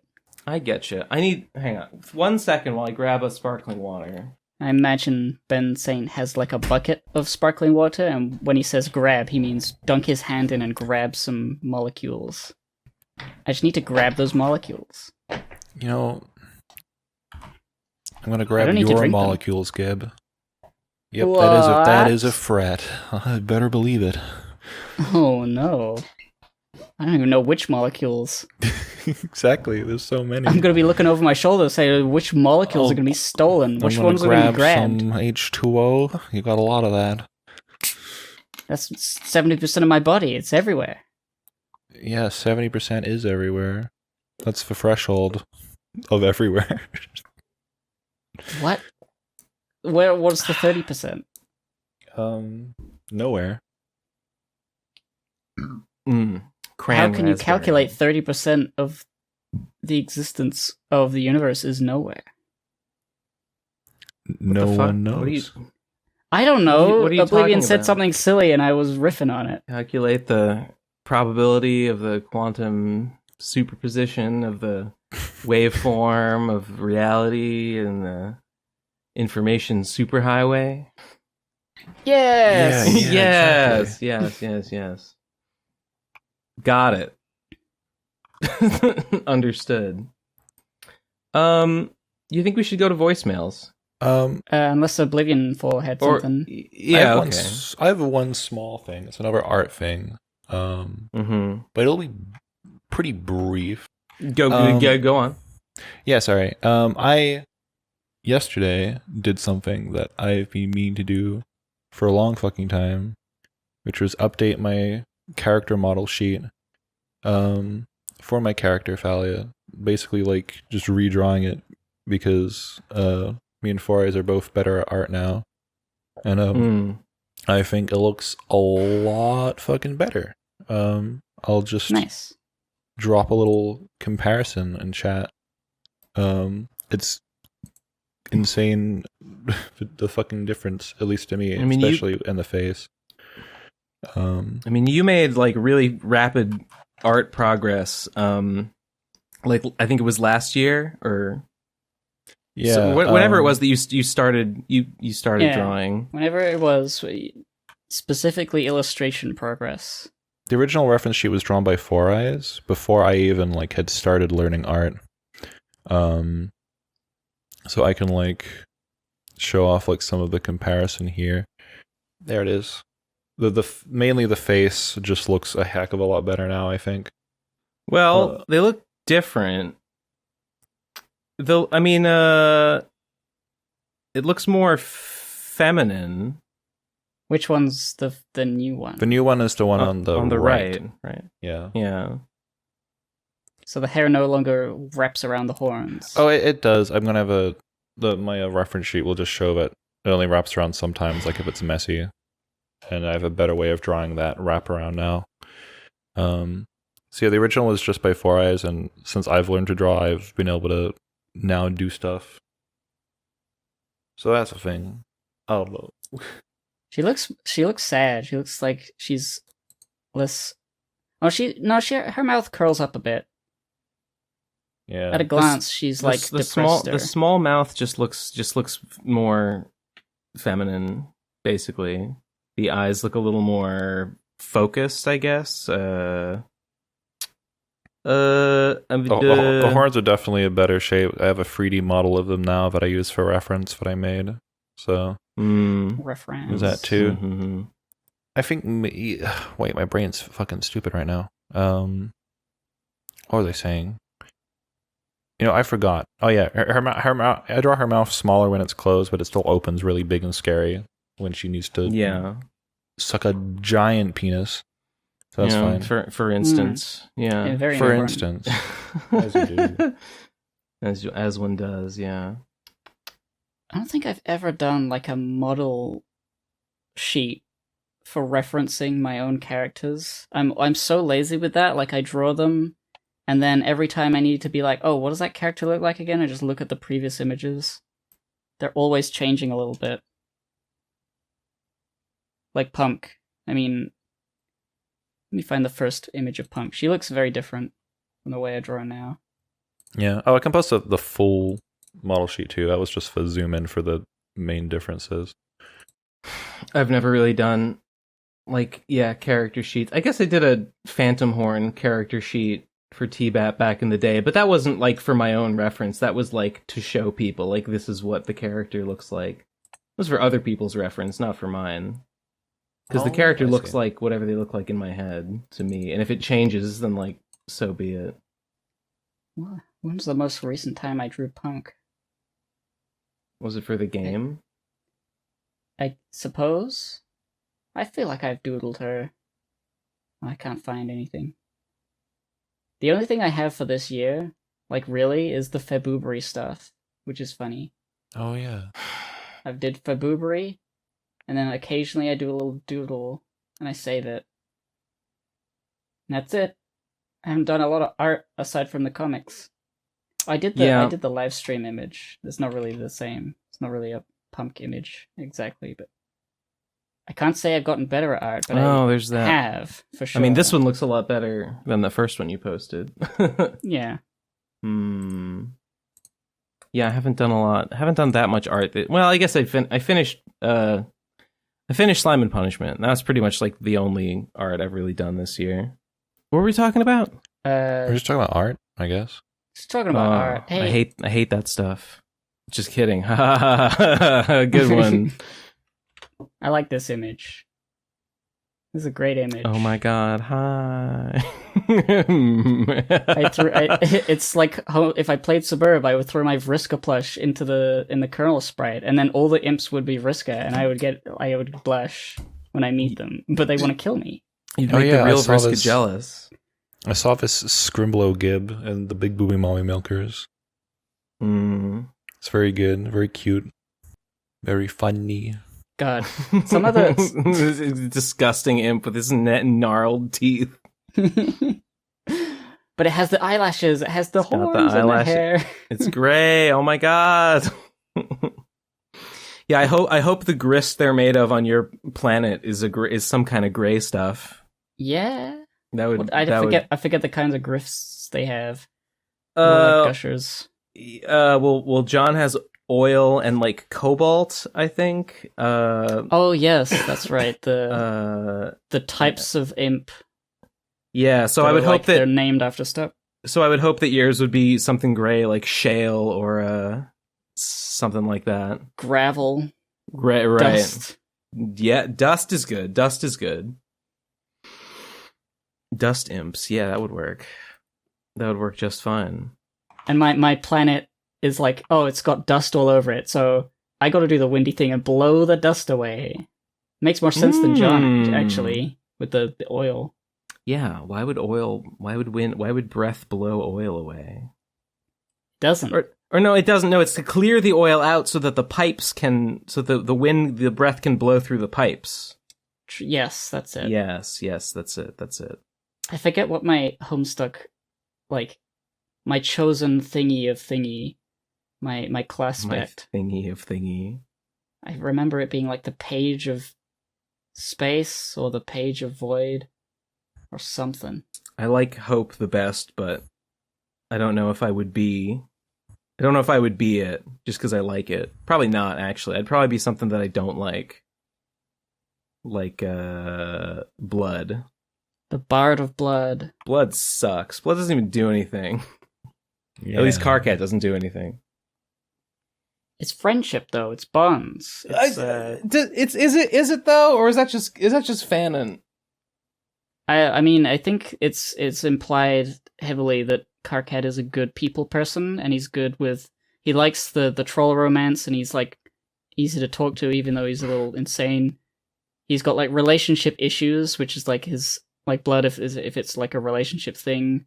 But there's clues here and there that like imply what blood is about, compared to all of the other aspects that are not about that. Okay, I mean, I think and he has that blood pact with Jack Noir. That's also a thing. Right, yeah, and he cuts the hand and it looks like the symbol. Yeah. That's hard to ignore. You're right. Well, yeah, I guess all of my art skill, my focus has been on the Pumpkin Alley game, but also this Clarissa comic. Some of the little things I've drawn, even though they're not even properly made yet. They're like, oh, that would be such a good panel. It's gonna be so fucking sick when people read it. I sure hope I don't fuck it up in the process of making it finished. I hope so too. I love cartooning. Cartooning is good. Dare I suggest voicemails again? I guess. Yeah, go ahead. Okay. So I will probably step out for voicemails. Oh, yeah?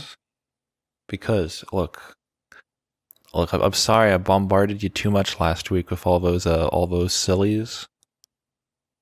All those silly ones.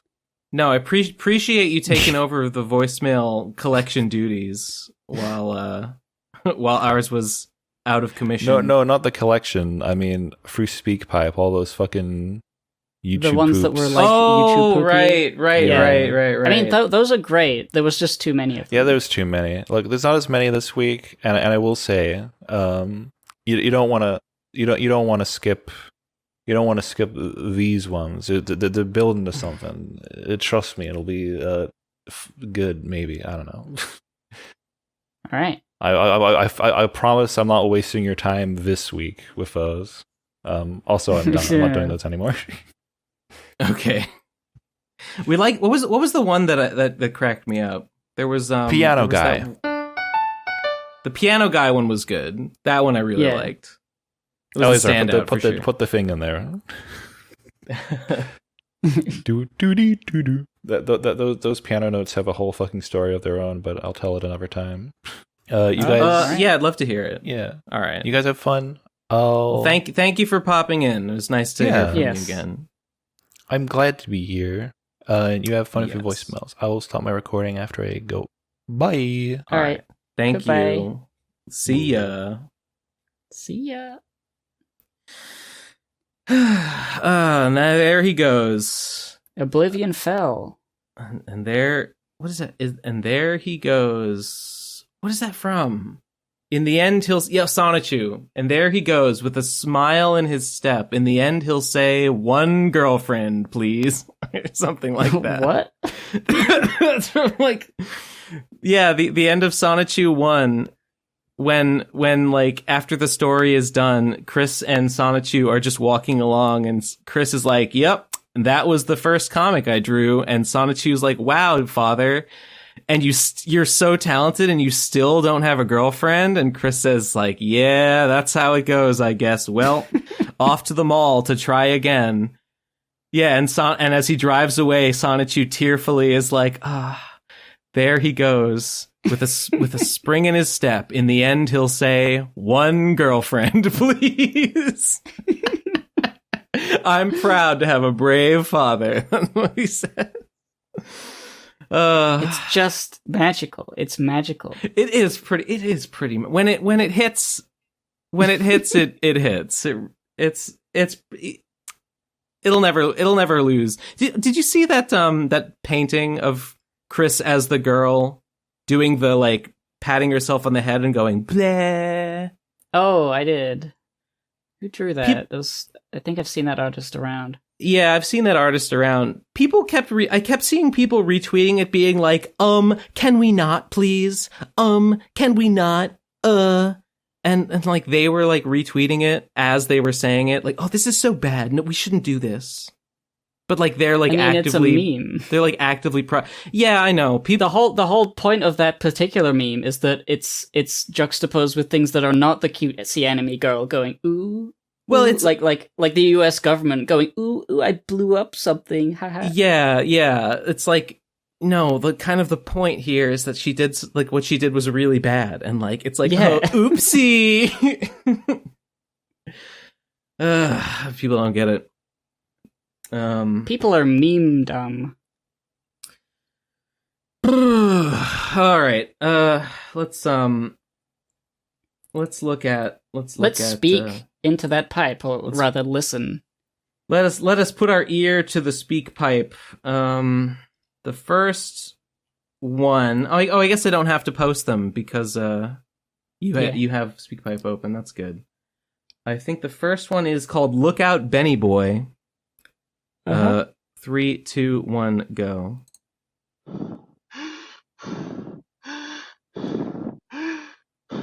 You're hyperventilating.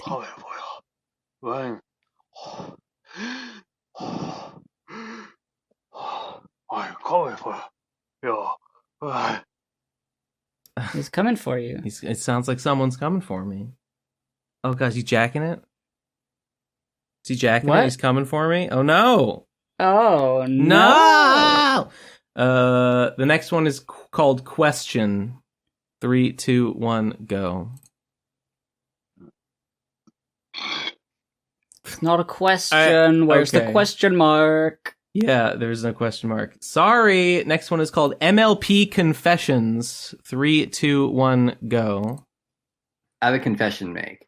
I could never get into My Little Piano guy. I remember back in Okay. 2012, 2013, when the fandom was starting and blossoming, I heard about it, and I just could not see what other people saw in it. Like, maybe it's because I wasn't a target audience, or maybe I just wasn't autistic enough to enjoy it, which is weird because I feel like I should have been. No offense to you Piano guy. guys. Like, it's weird. The PCP has given me a lot of insight on the fucking debacle that was the Piano guy. fandom. And, like, I feel like I missed out on something, but at the same time, I feel like I missed out on nothing. So I'm wondering, now that Piano guy. it's effectively over, what's the final autopsy report? I don't think we've seen. I don't remember that question, like the original. What's about My Little Pony? I don't remember any of these originals. Well, So, The you Piano know. Guy fandom will live on in our pianos. The Piano Guy fandom, it started with a bang, and it ended, and it went out in a blaze of glory. Short life cycle, short but sweet. Next I like one is to go back sometimes and listen to Piano Guy. And it's nostalgic for the good old days. You know, the PCP started as just a bunch of friends who just came together over their shared love of the Piano Guy. Those days are well behind us.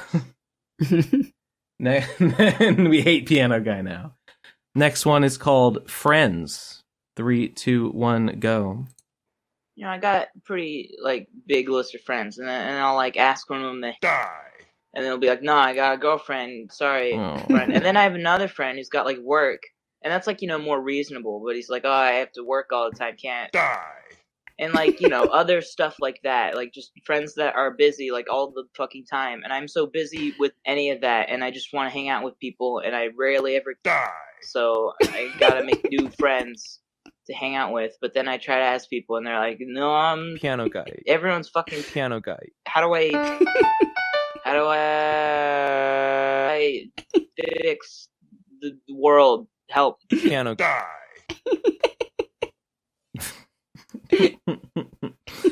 I guess it is going somewhere. Yeah. I'm a sucker for die.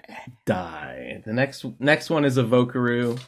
It's called the Oatmeal Hour. 3, 2, 1, go. 1, 2, oatmeal. Kirby is a pink guy. 1, 2, oatmeal. Because Kirby's very cute. 1, 2, oatmeal. Kirby is a pink guy. 1, 2,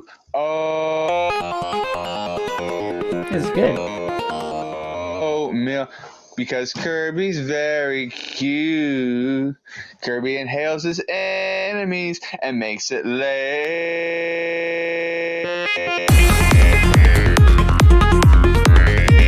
Yeah.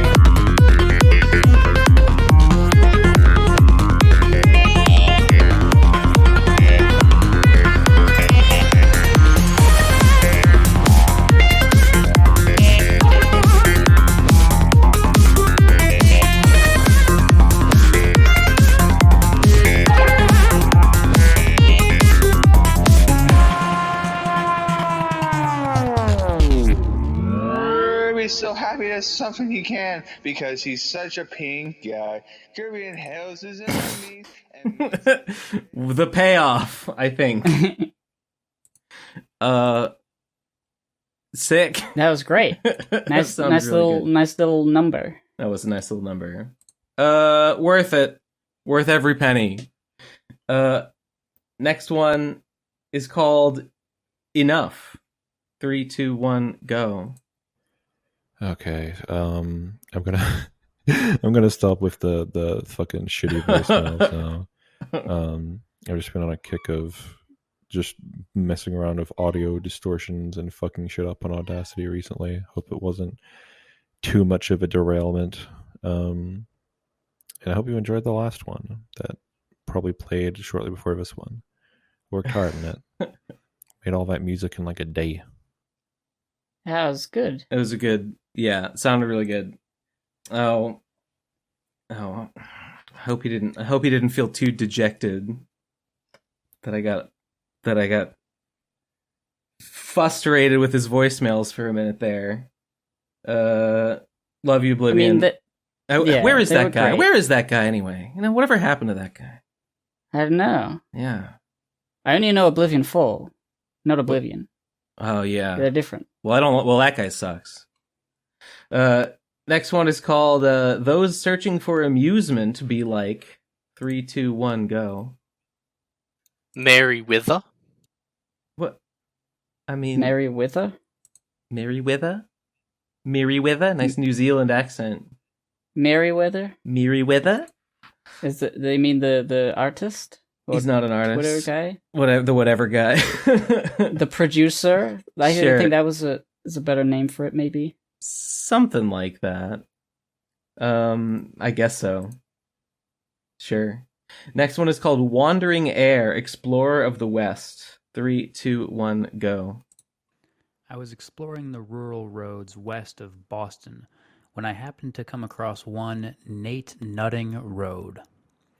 A little further down, there's another road, Gay Road. So what I'm seeing is, we know the approximate location for the headquarters of the League of Nate Fuckers.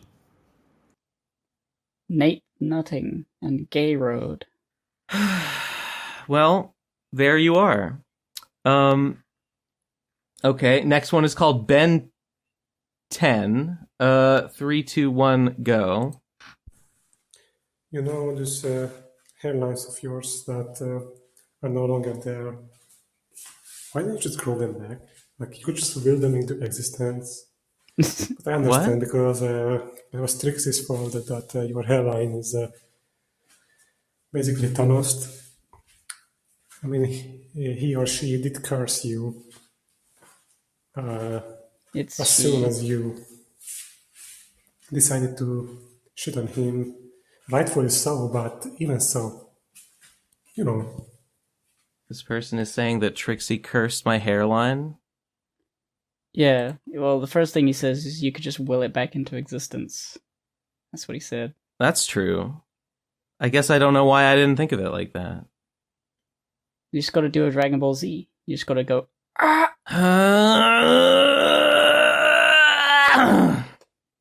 don't know. Thanks for the advice, guy. Next one is called Hey, you suck on pronouns, by the way. What the fuck is that? yeah, What Trixie the fuck was is a she. What the fuck was he or she and then he after that? Like you're in shambles. You're in shambles, my guy.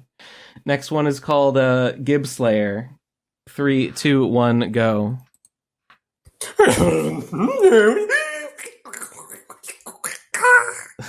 I mean, well, I'm not slain. guess It wasn't Are as you funny sure? as saying die. No.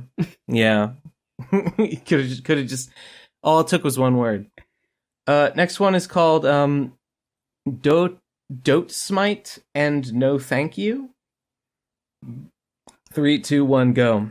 This is not a financial advice, but I strongly recommend to buy some Terra Luna Classic with the bare announcement that is going to be implemented by Binance CZ, the CEO of a large central exchange of cryptocurrencies, will going to burn all the supply like the Joker!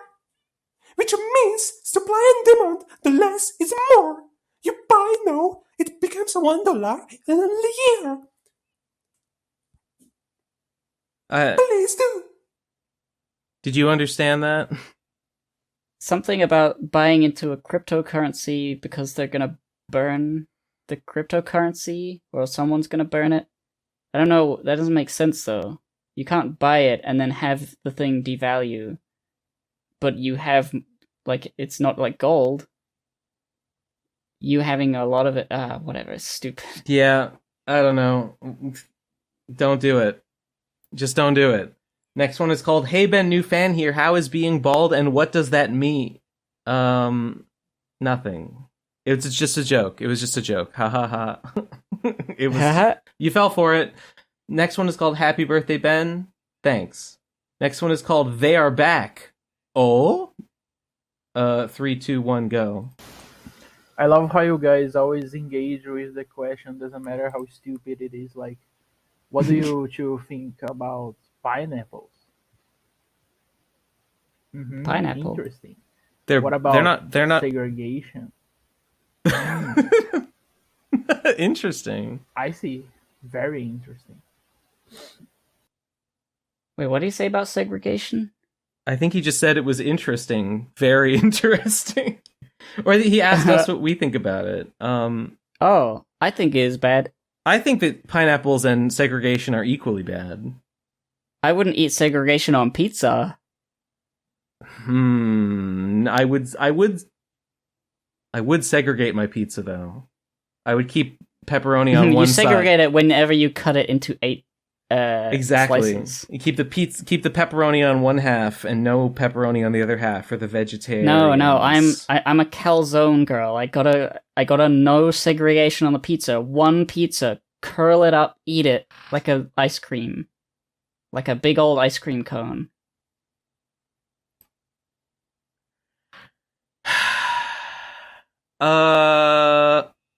Segregation and pineapples, they're not back, they never left, baby. They're here to stay. Did I tell you I had a pineapple on a pizza a little while ago and I thought it was pretty good. When we had it at RadCon 3, I didn't like it.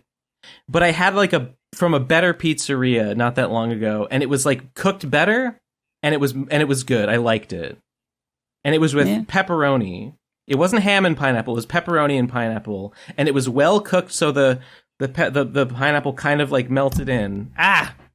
Does it still taste sweet? Because that's the reason I wouldn't like it. The reason I didn't like it was because like when it was still in like chunks, it's kind of like has like the fruity, pulpy texture of it, and the sweetness is in that, and it's just kind of weird to chew on.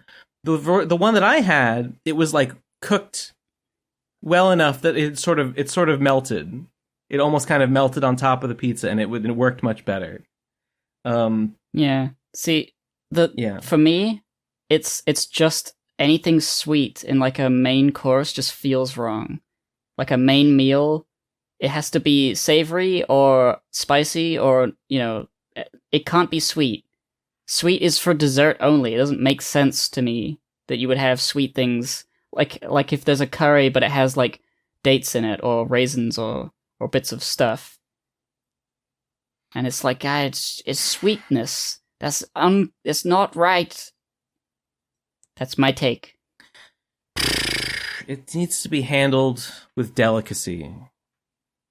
With decency. And in modern society, it just doesn't have. We've lost the nuances. We've lost the nuances of adding sweet to savory dishes. The next one is called YouTube 3, 2, 1, go. There's not. Terrible. The next one is called Evangelion Bad 3, 2, 1, go. I don't understand why Gendo was so abusive to Shinji. If my wife died under circumstances that could have been my fault, and the years I spent with her were the only time in my life that I felt truly happy, I would have simply moved on and found new happiness by raising my son. Gendo's behavior simply makes no sense. 0 Can't relate to it. Bad show. Why not just be a good dad?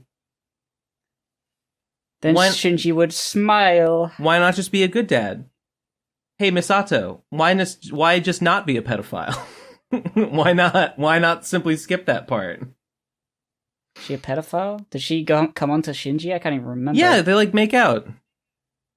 Misato? Well, she like kiss. She like don't they like kiss before his like final Eva mission or something?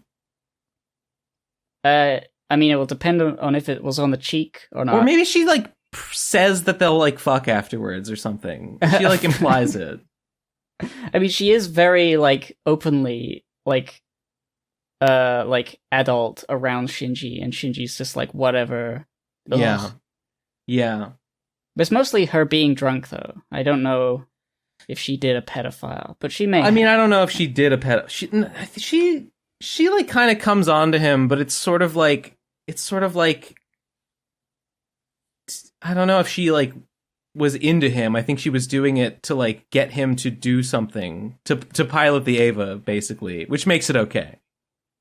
Yeah, of course. Just like Gendo's behavior was also okay because it led to Shinji piloting the Eva, and at the end of the day, you gotta punch that alien. We need Shinji to pilot the Eva by whatever means necessary. I saw a good reply to that thread. Somebody else quote tweeted that idiot's thread about it.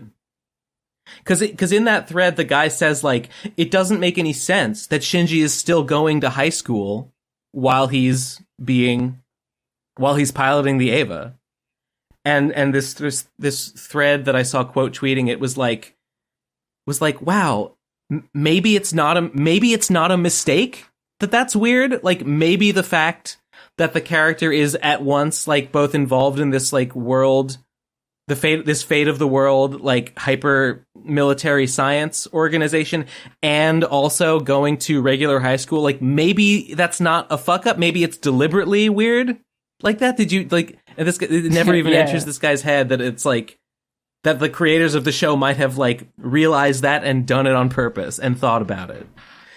Yeah, it's like strange, isn't it? Yeah. Maybe they maybe just he goofed. should. They just goofed. Maybe he should be a normal kid and go to school and have friends instead of everything else. No. Nah, I gotta drop out of school and pilot a robot because robots are so fucking cool. Why didn't why he could have had a private tutor? Well, you think Nerve couldn't afford a tutor? They could have had a private tutor. He didn't have to keep going to high school. Man. Doesn't make any sense logistically. Man, high school sucks. True. Next one is called "What Would You Do If You Were Trixie?" Suicide. Next one is called Ben's Weekly Reminder. Play Deltarune Chapter 2. Okay. Next one is called Ben's Weekly Reminder. Catch up on One Piece. Okay. Next one is called. Well, it's a Twitter link. What's this? Bromoment@gaymail.com. Power isn't determined by your size, but the size of your heart and dreams. Total combat losses of the enemy from February 24. Is this about the war in Ukraine? This is, Ministry of Defense of Ukraine quoted Monkey D. Luffy in a tweet when they are talking about how they've killed so many Russians. Oh my god, they did! What the fuck? Is this real? It's verified. Defense U Gov. Ukraine. Yeah, this is a verified Ukraine government organization. They quoted Monkey D. Luffy. Okay, sure, I guess. So they are reporting 59,000 eliminated personnel, plus bunches of vehicles that have either been abandoned or destroyed. That's funny. Are you worried about nuclear war, by the way? About nuclear war? I mean, I was more worried before. Russia was like failing so heavily. I feel like all of Russia's failings of like logistics and just having good equipment and having soldiers that are willing to fight, it sort of speaks to a lack of like funding for these things. I feel like Vladimir Putin definitely wanted to win by intimidation, and I feel like the nuclear thing could also be intimidation. I don't think he has enough nukes. It to, definitely is intimidation. Threaten everyone compared to how many like anti-nuke defenses the rest of the world has. He might use a nuke in Ukraine. I think that is possible. Yeah, I was reading about it last night, and it seems like if nukes are going to get involved, they're going to be like probably tactical nukes in Ukraine, which tactical is bad. Nukes in Ukraine. Like I don't want that either.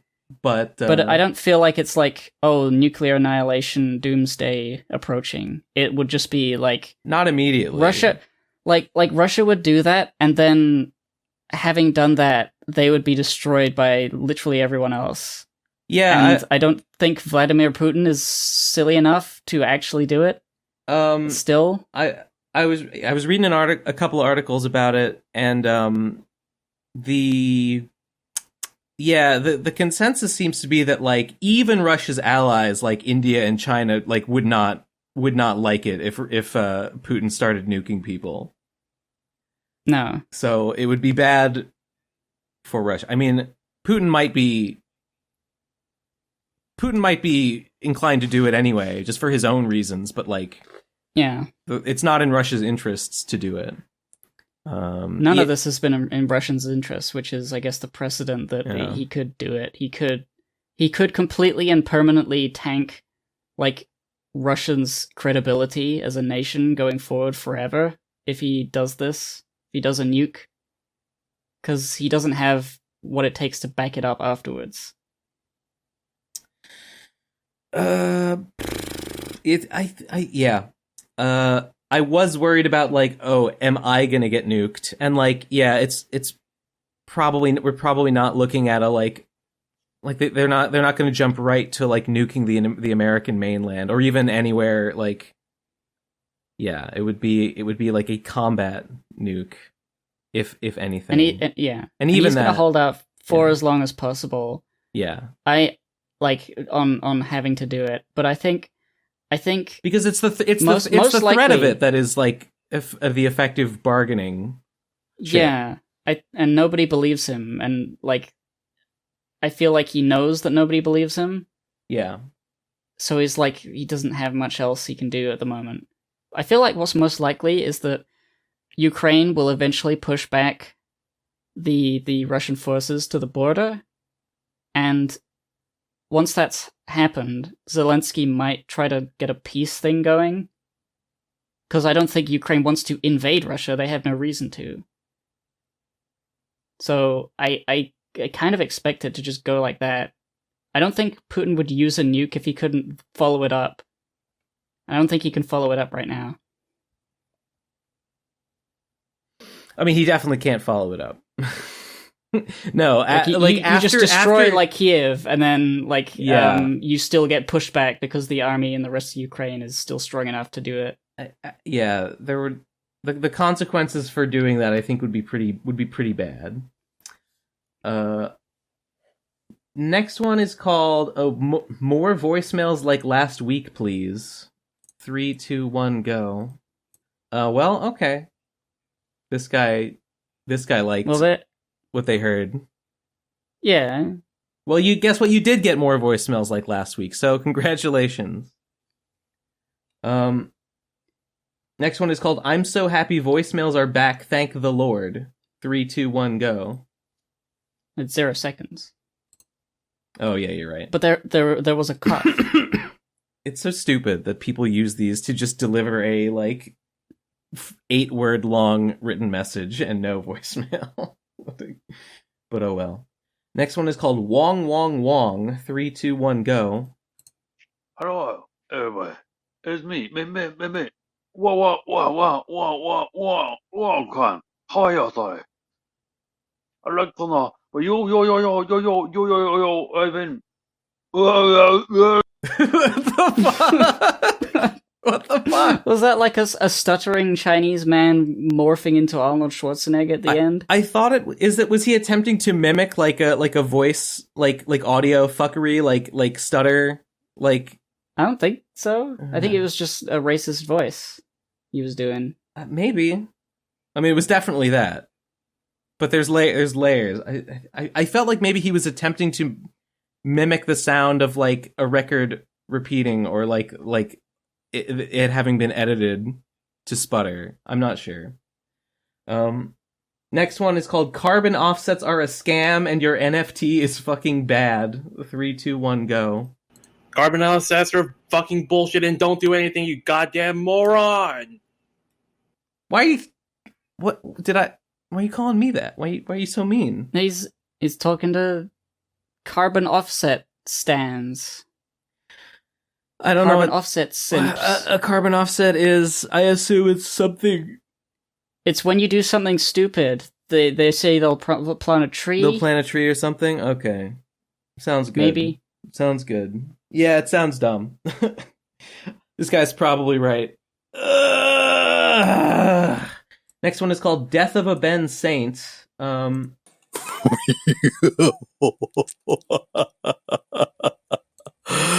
Oh, yes. Hideous. Okay, let's see what this voicemail. Let's see what's behind this link. It's a YouTube 1 minute 24. Okay. All right. 3, 2, 1, go. Probably can't.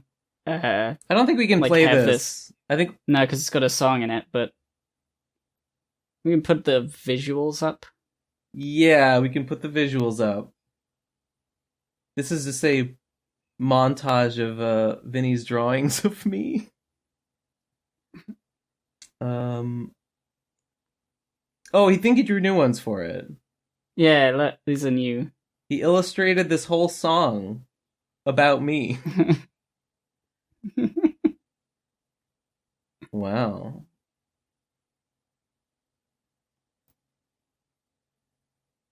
It's probably not going to be the same without the music.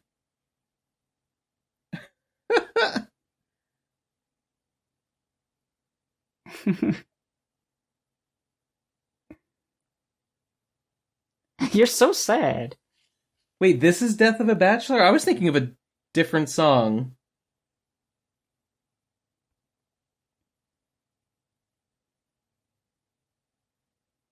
Is that you in the orange dress?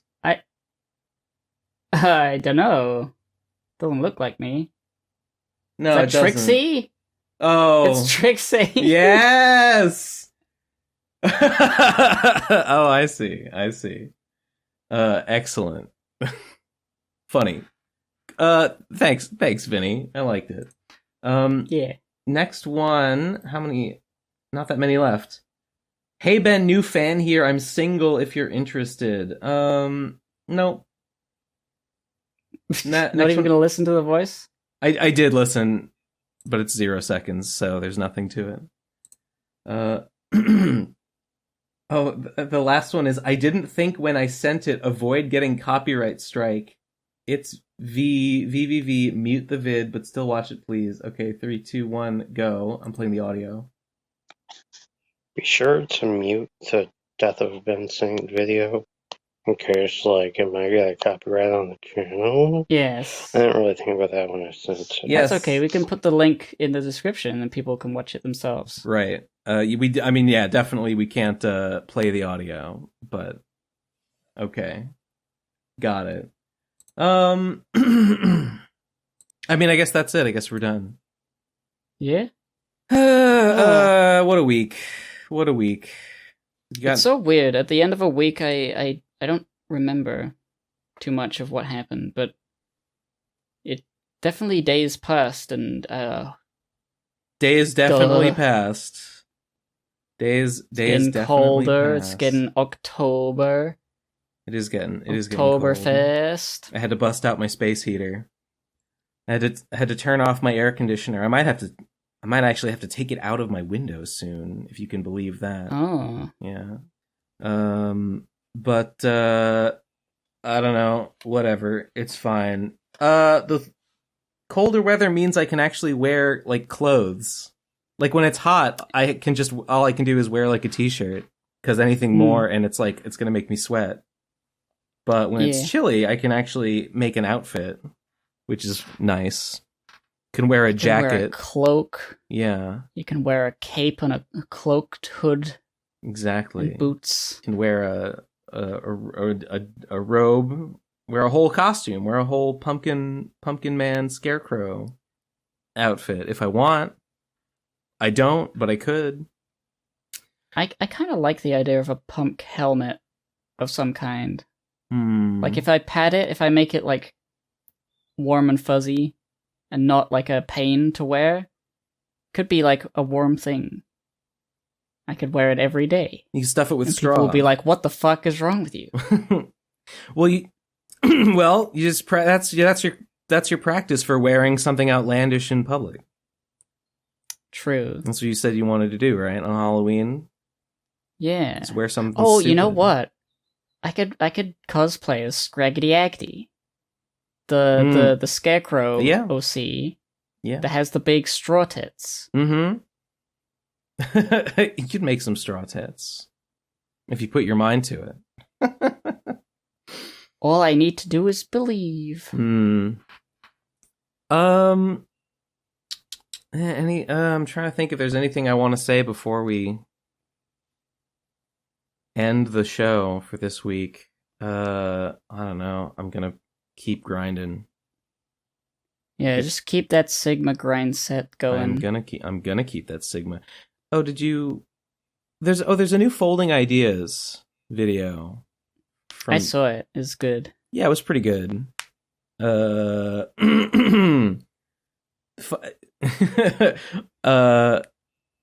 Funny, made me want to try it almost. Part of me was like, what if I tried this? What if I tried this book method and did it? But I think it probably doesn't work. As he explains, like they don't actually do it anymore because it doesn't work.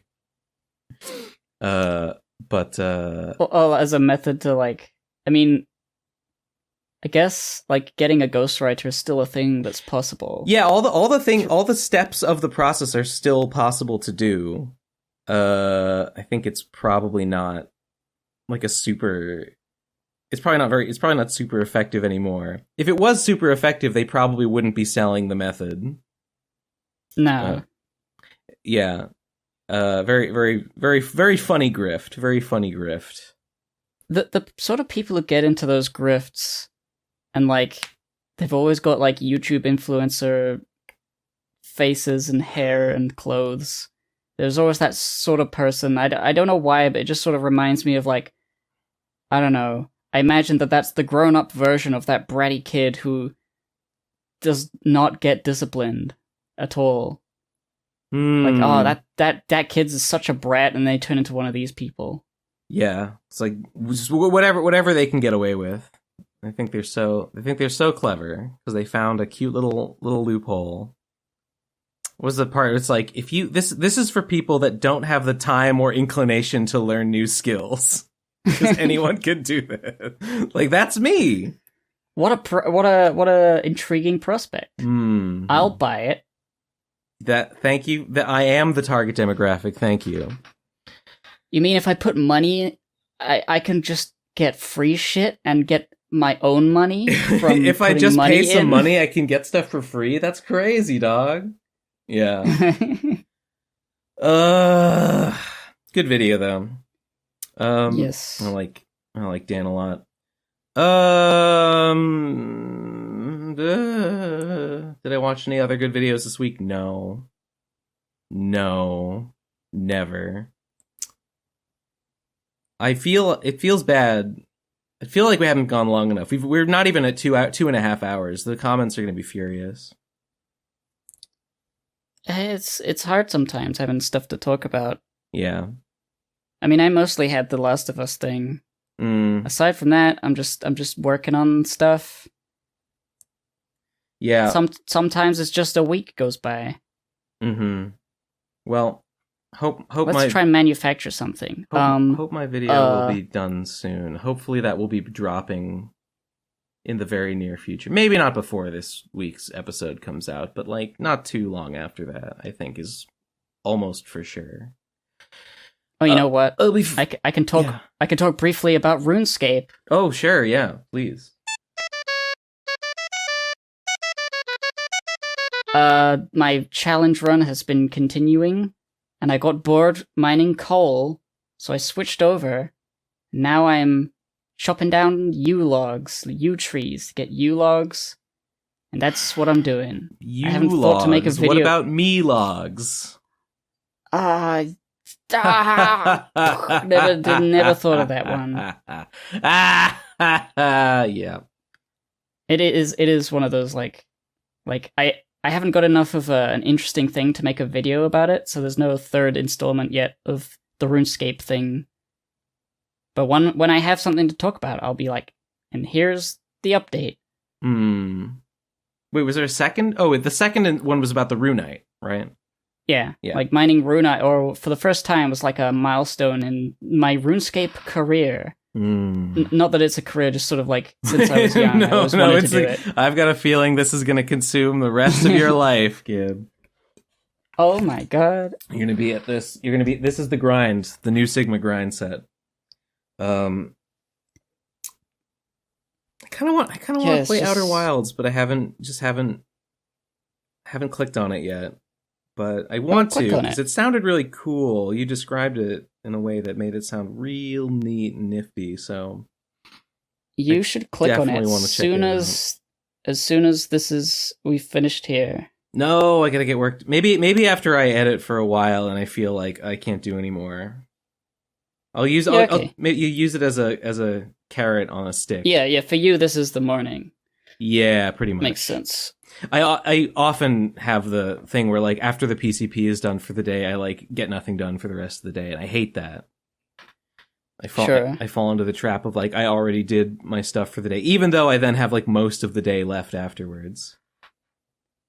Yeah. So. I mean, for me, I always classify weekends as, like, no work required. Oh. Yeah. In fact, no work allowed. I can't do it. Yeah, other than it's like forced rest, and it works. I don't feel stressed during the weekend. And then when Monday comes around, I'm like, right, let's try and do something. That's good. Other than Sunday for PCP, I don't really distinguish days of the week. Like my Saturday is the same as my Monday, pretty much, most of the time. So it's probably healthier. I think it helps. It's probably healthier to have. Yeah, a designated weekend. Yeah, because it's what I was saying a few weeks ago. The whole resting being very important, and if you're thinking about work, you're not resting. And so, like having a routine where it's normal and accepted and good that you don't work, it makes it easier for you to rest on that day. Instead, I will sort of just kind of work on a day that I can make myself do it, and I'll just do that for as many days as I can, and then there will eventually come a day where I'm like, I let something else distract me, and then I don't do anything for that day, and then I'll get on a roll of like, okay, so for the next few days I won't do anything until eventually I feel bad enough that I'm like, oh god, I've wasted like 3 days, I haven't worked on it in like 4 days, like ugh, terrible, what a waste, and then I'll guiltily go back to working on it for as long as I can stomach it. That's my workflow. I used to think that could be a possible thing, but I just never did it. I would just feel the guilt and continue to feel the guilt until I was depressed, and then I wouldn't be able to do work or enjoy myself. And I was like, that's stupid. That sucks so much.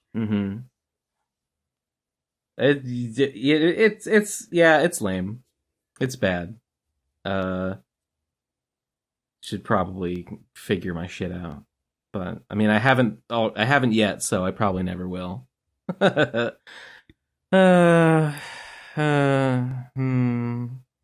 think you can do it.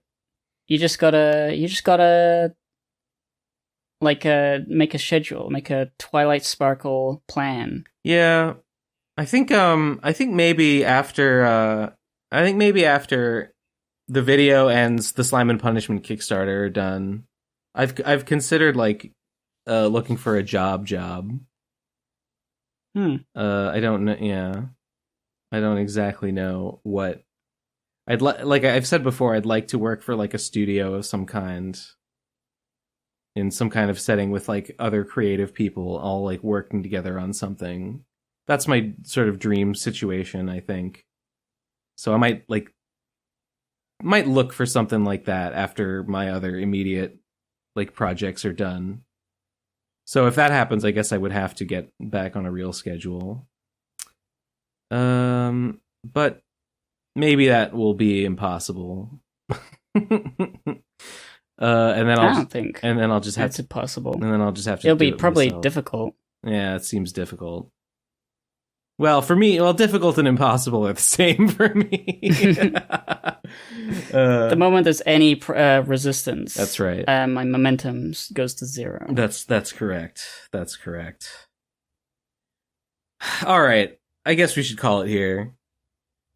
Yeah. Okay. Well, thanks for listening, everyone. Bonus episodes on the Patreon, as always. I'll be back. We'll be back next week. Thanks for the voicemails. PCP voicemail. Is that how the PCP voicemails? Is that the speakpipe.com/PCP voicemail? I don't know. Whatever. Yes. Yeah. I believe so. Oops, I hit my microphone. All right, that's the end. Thanks for listening. Okay, bye-bye. Thank you, everybody. Goodbye. All right, let's have a good October. Yeah, I guess have a fine October if you're into that kind of thing. Hello. Post-episode Ben Saint here.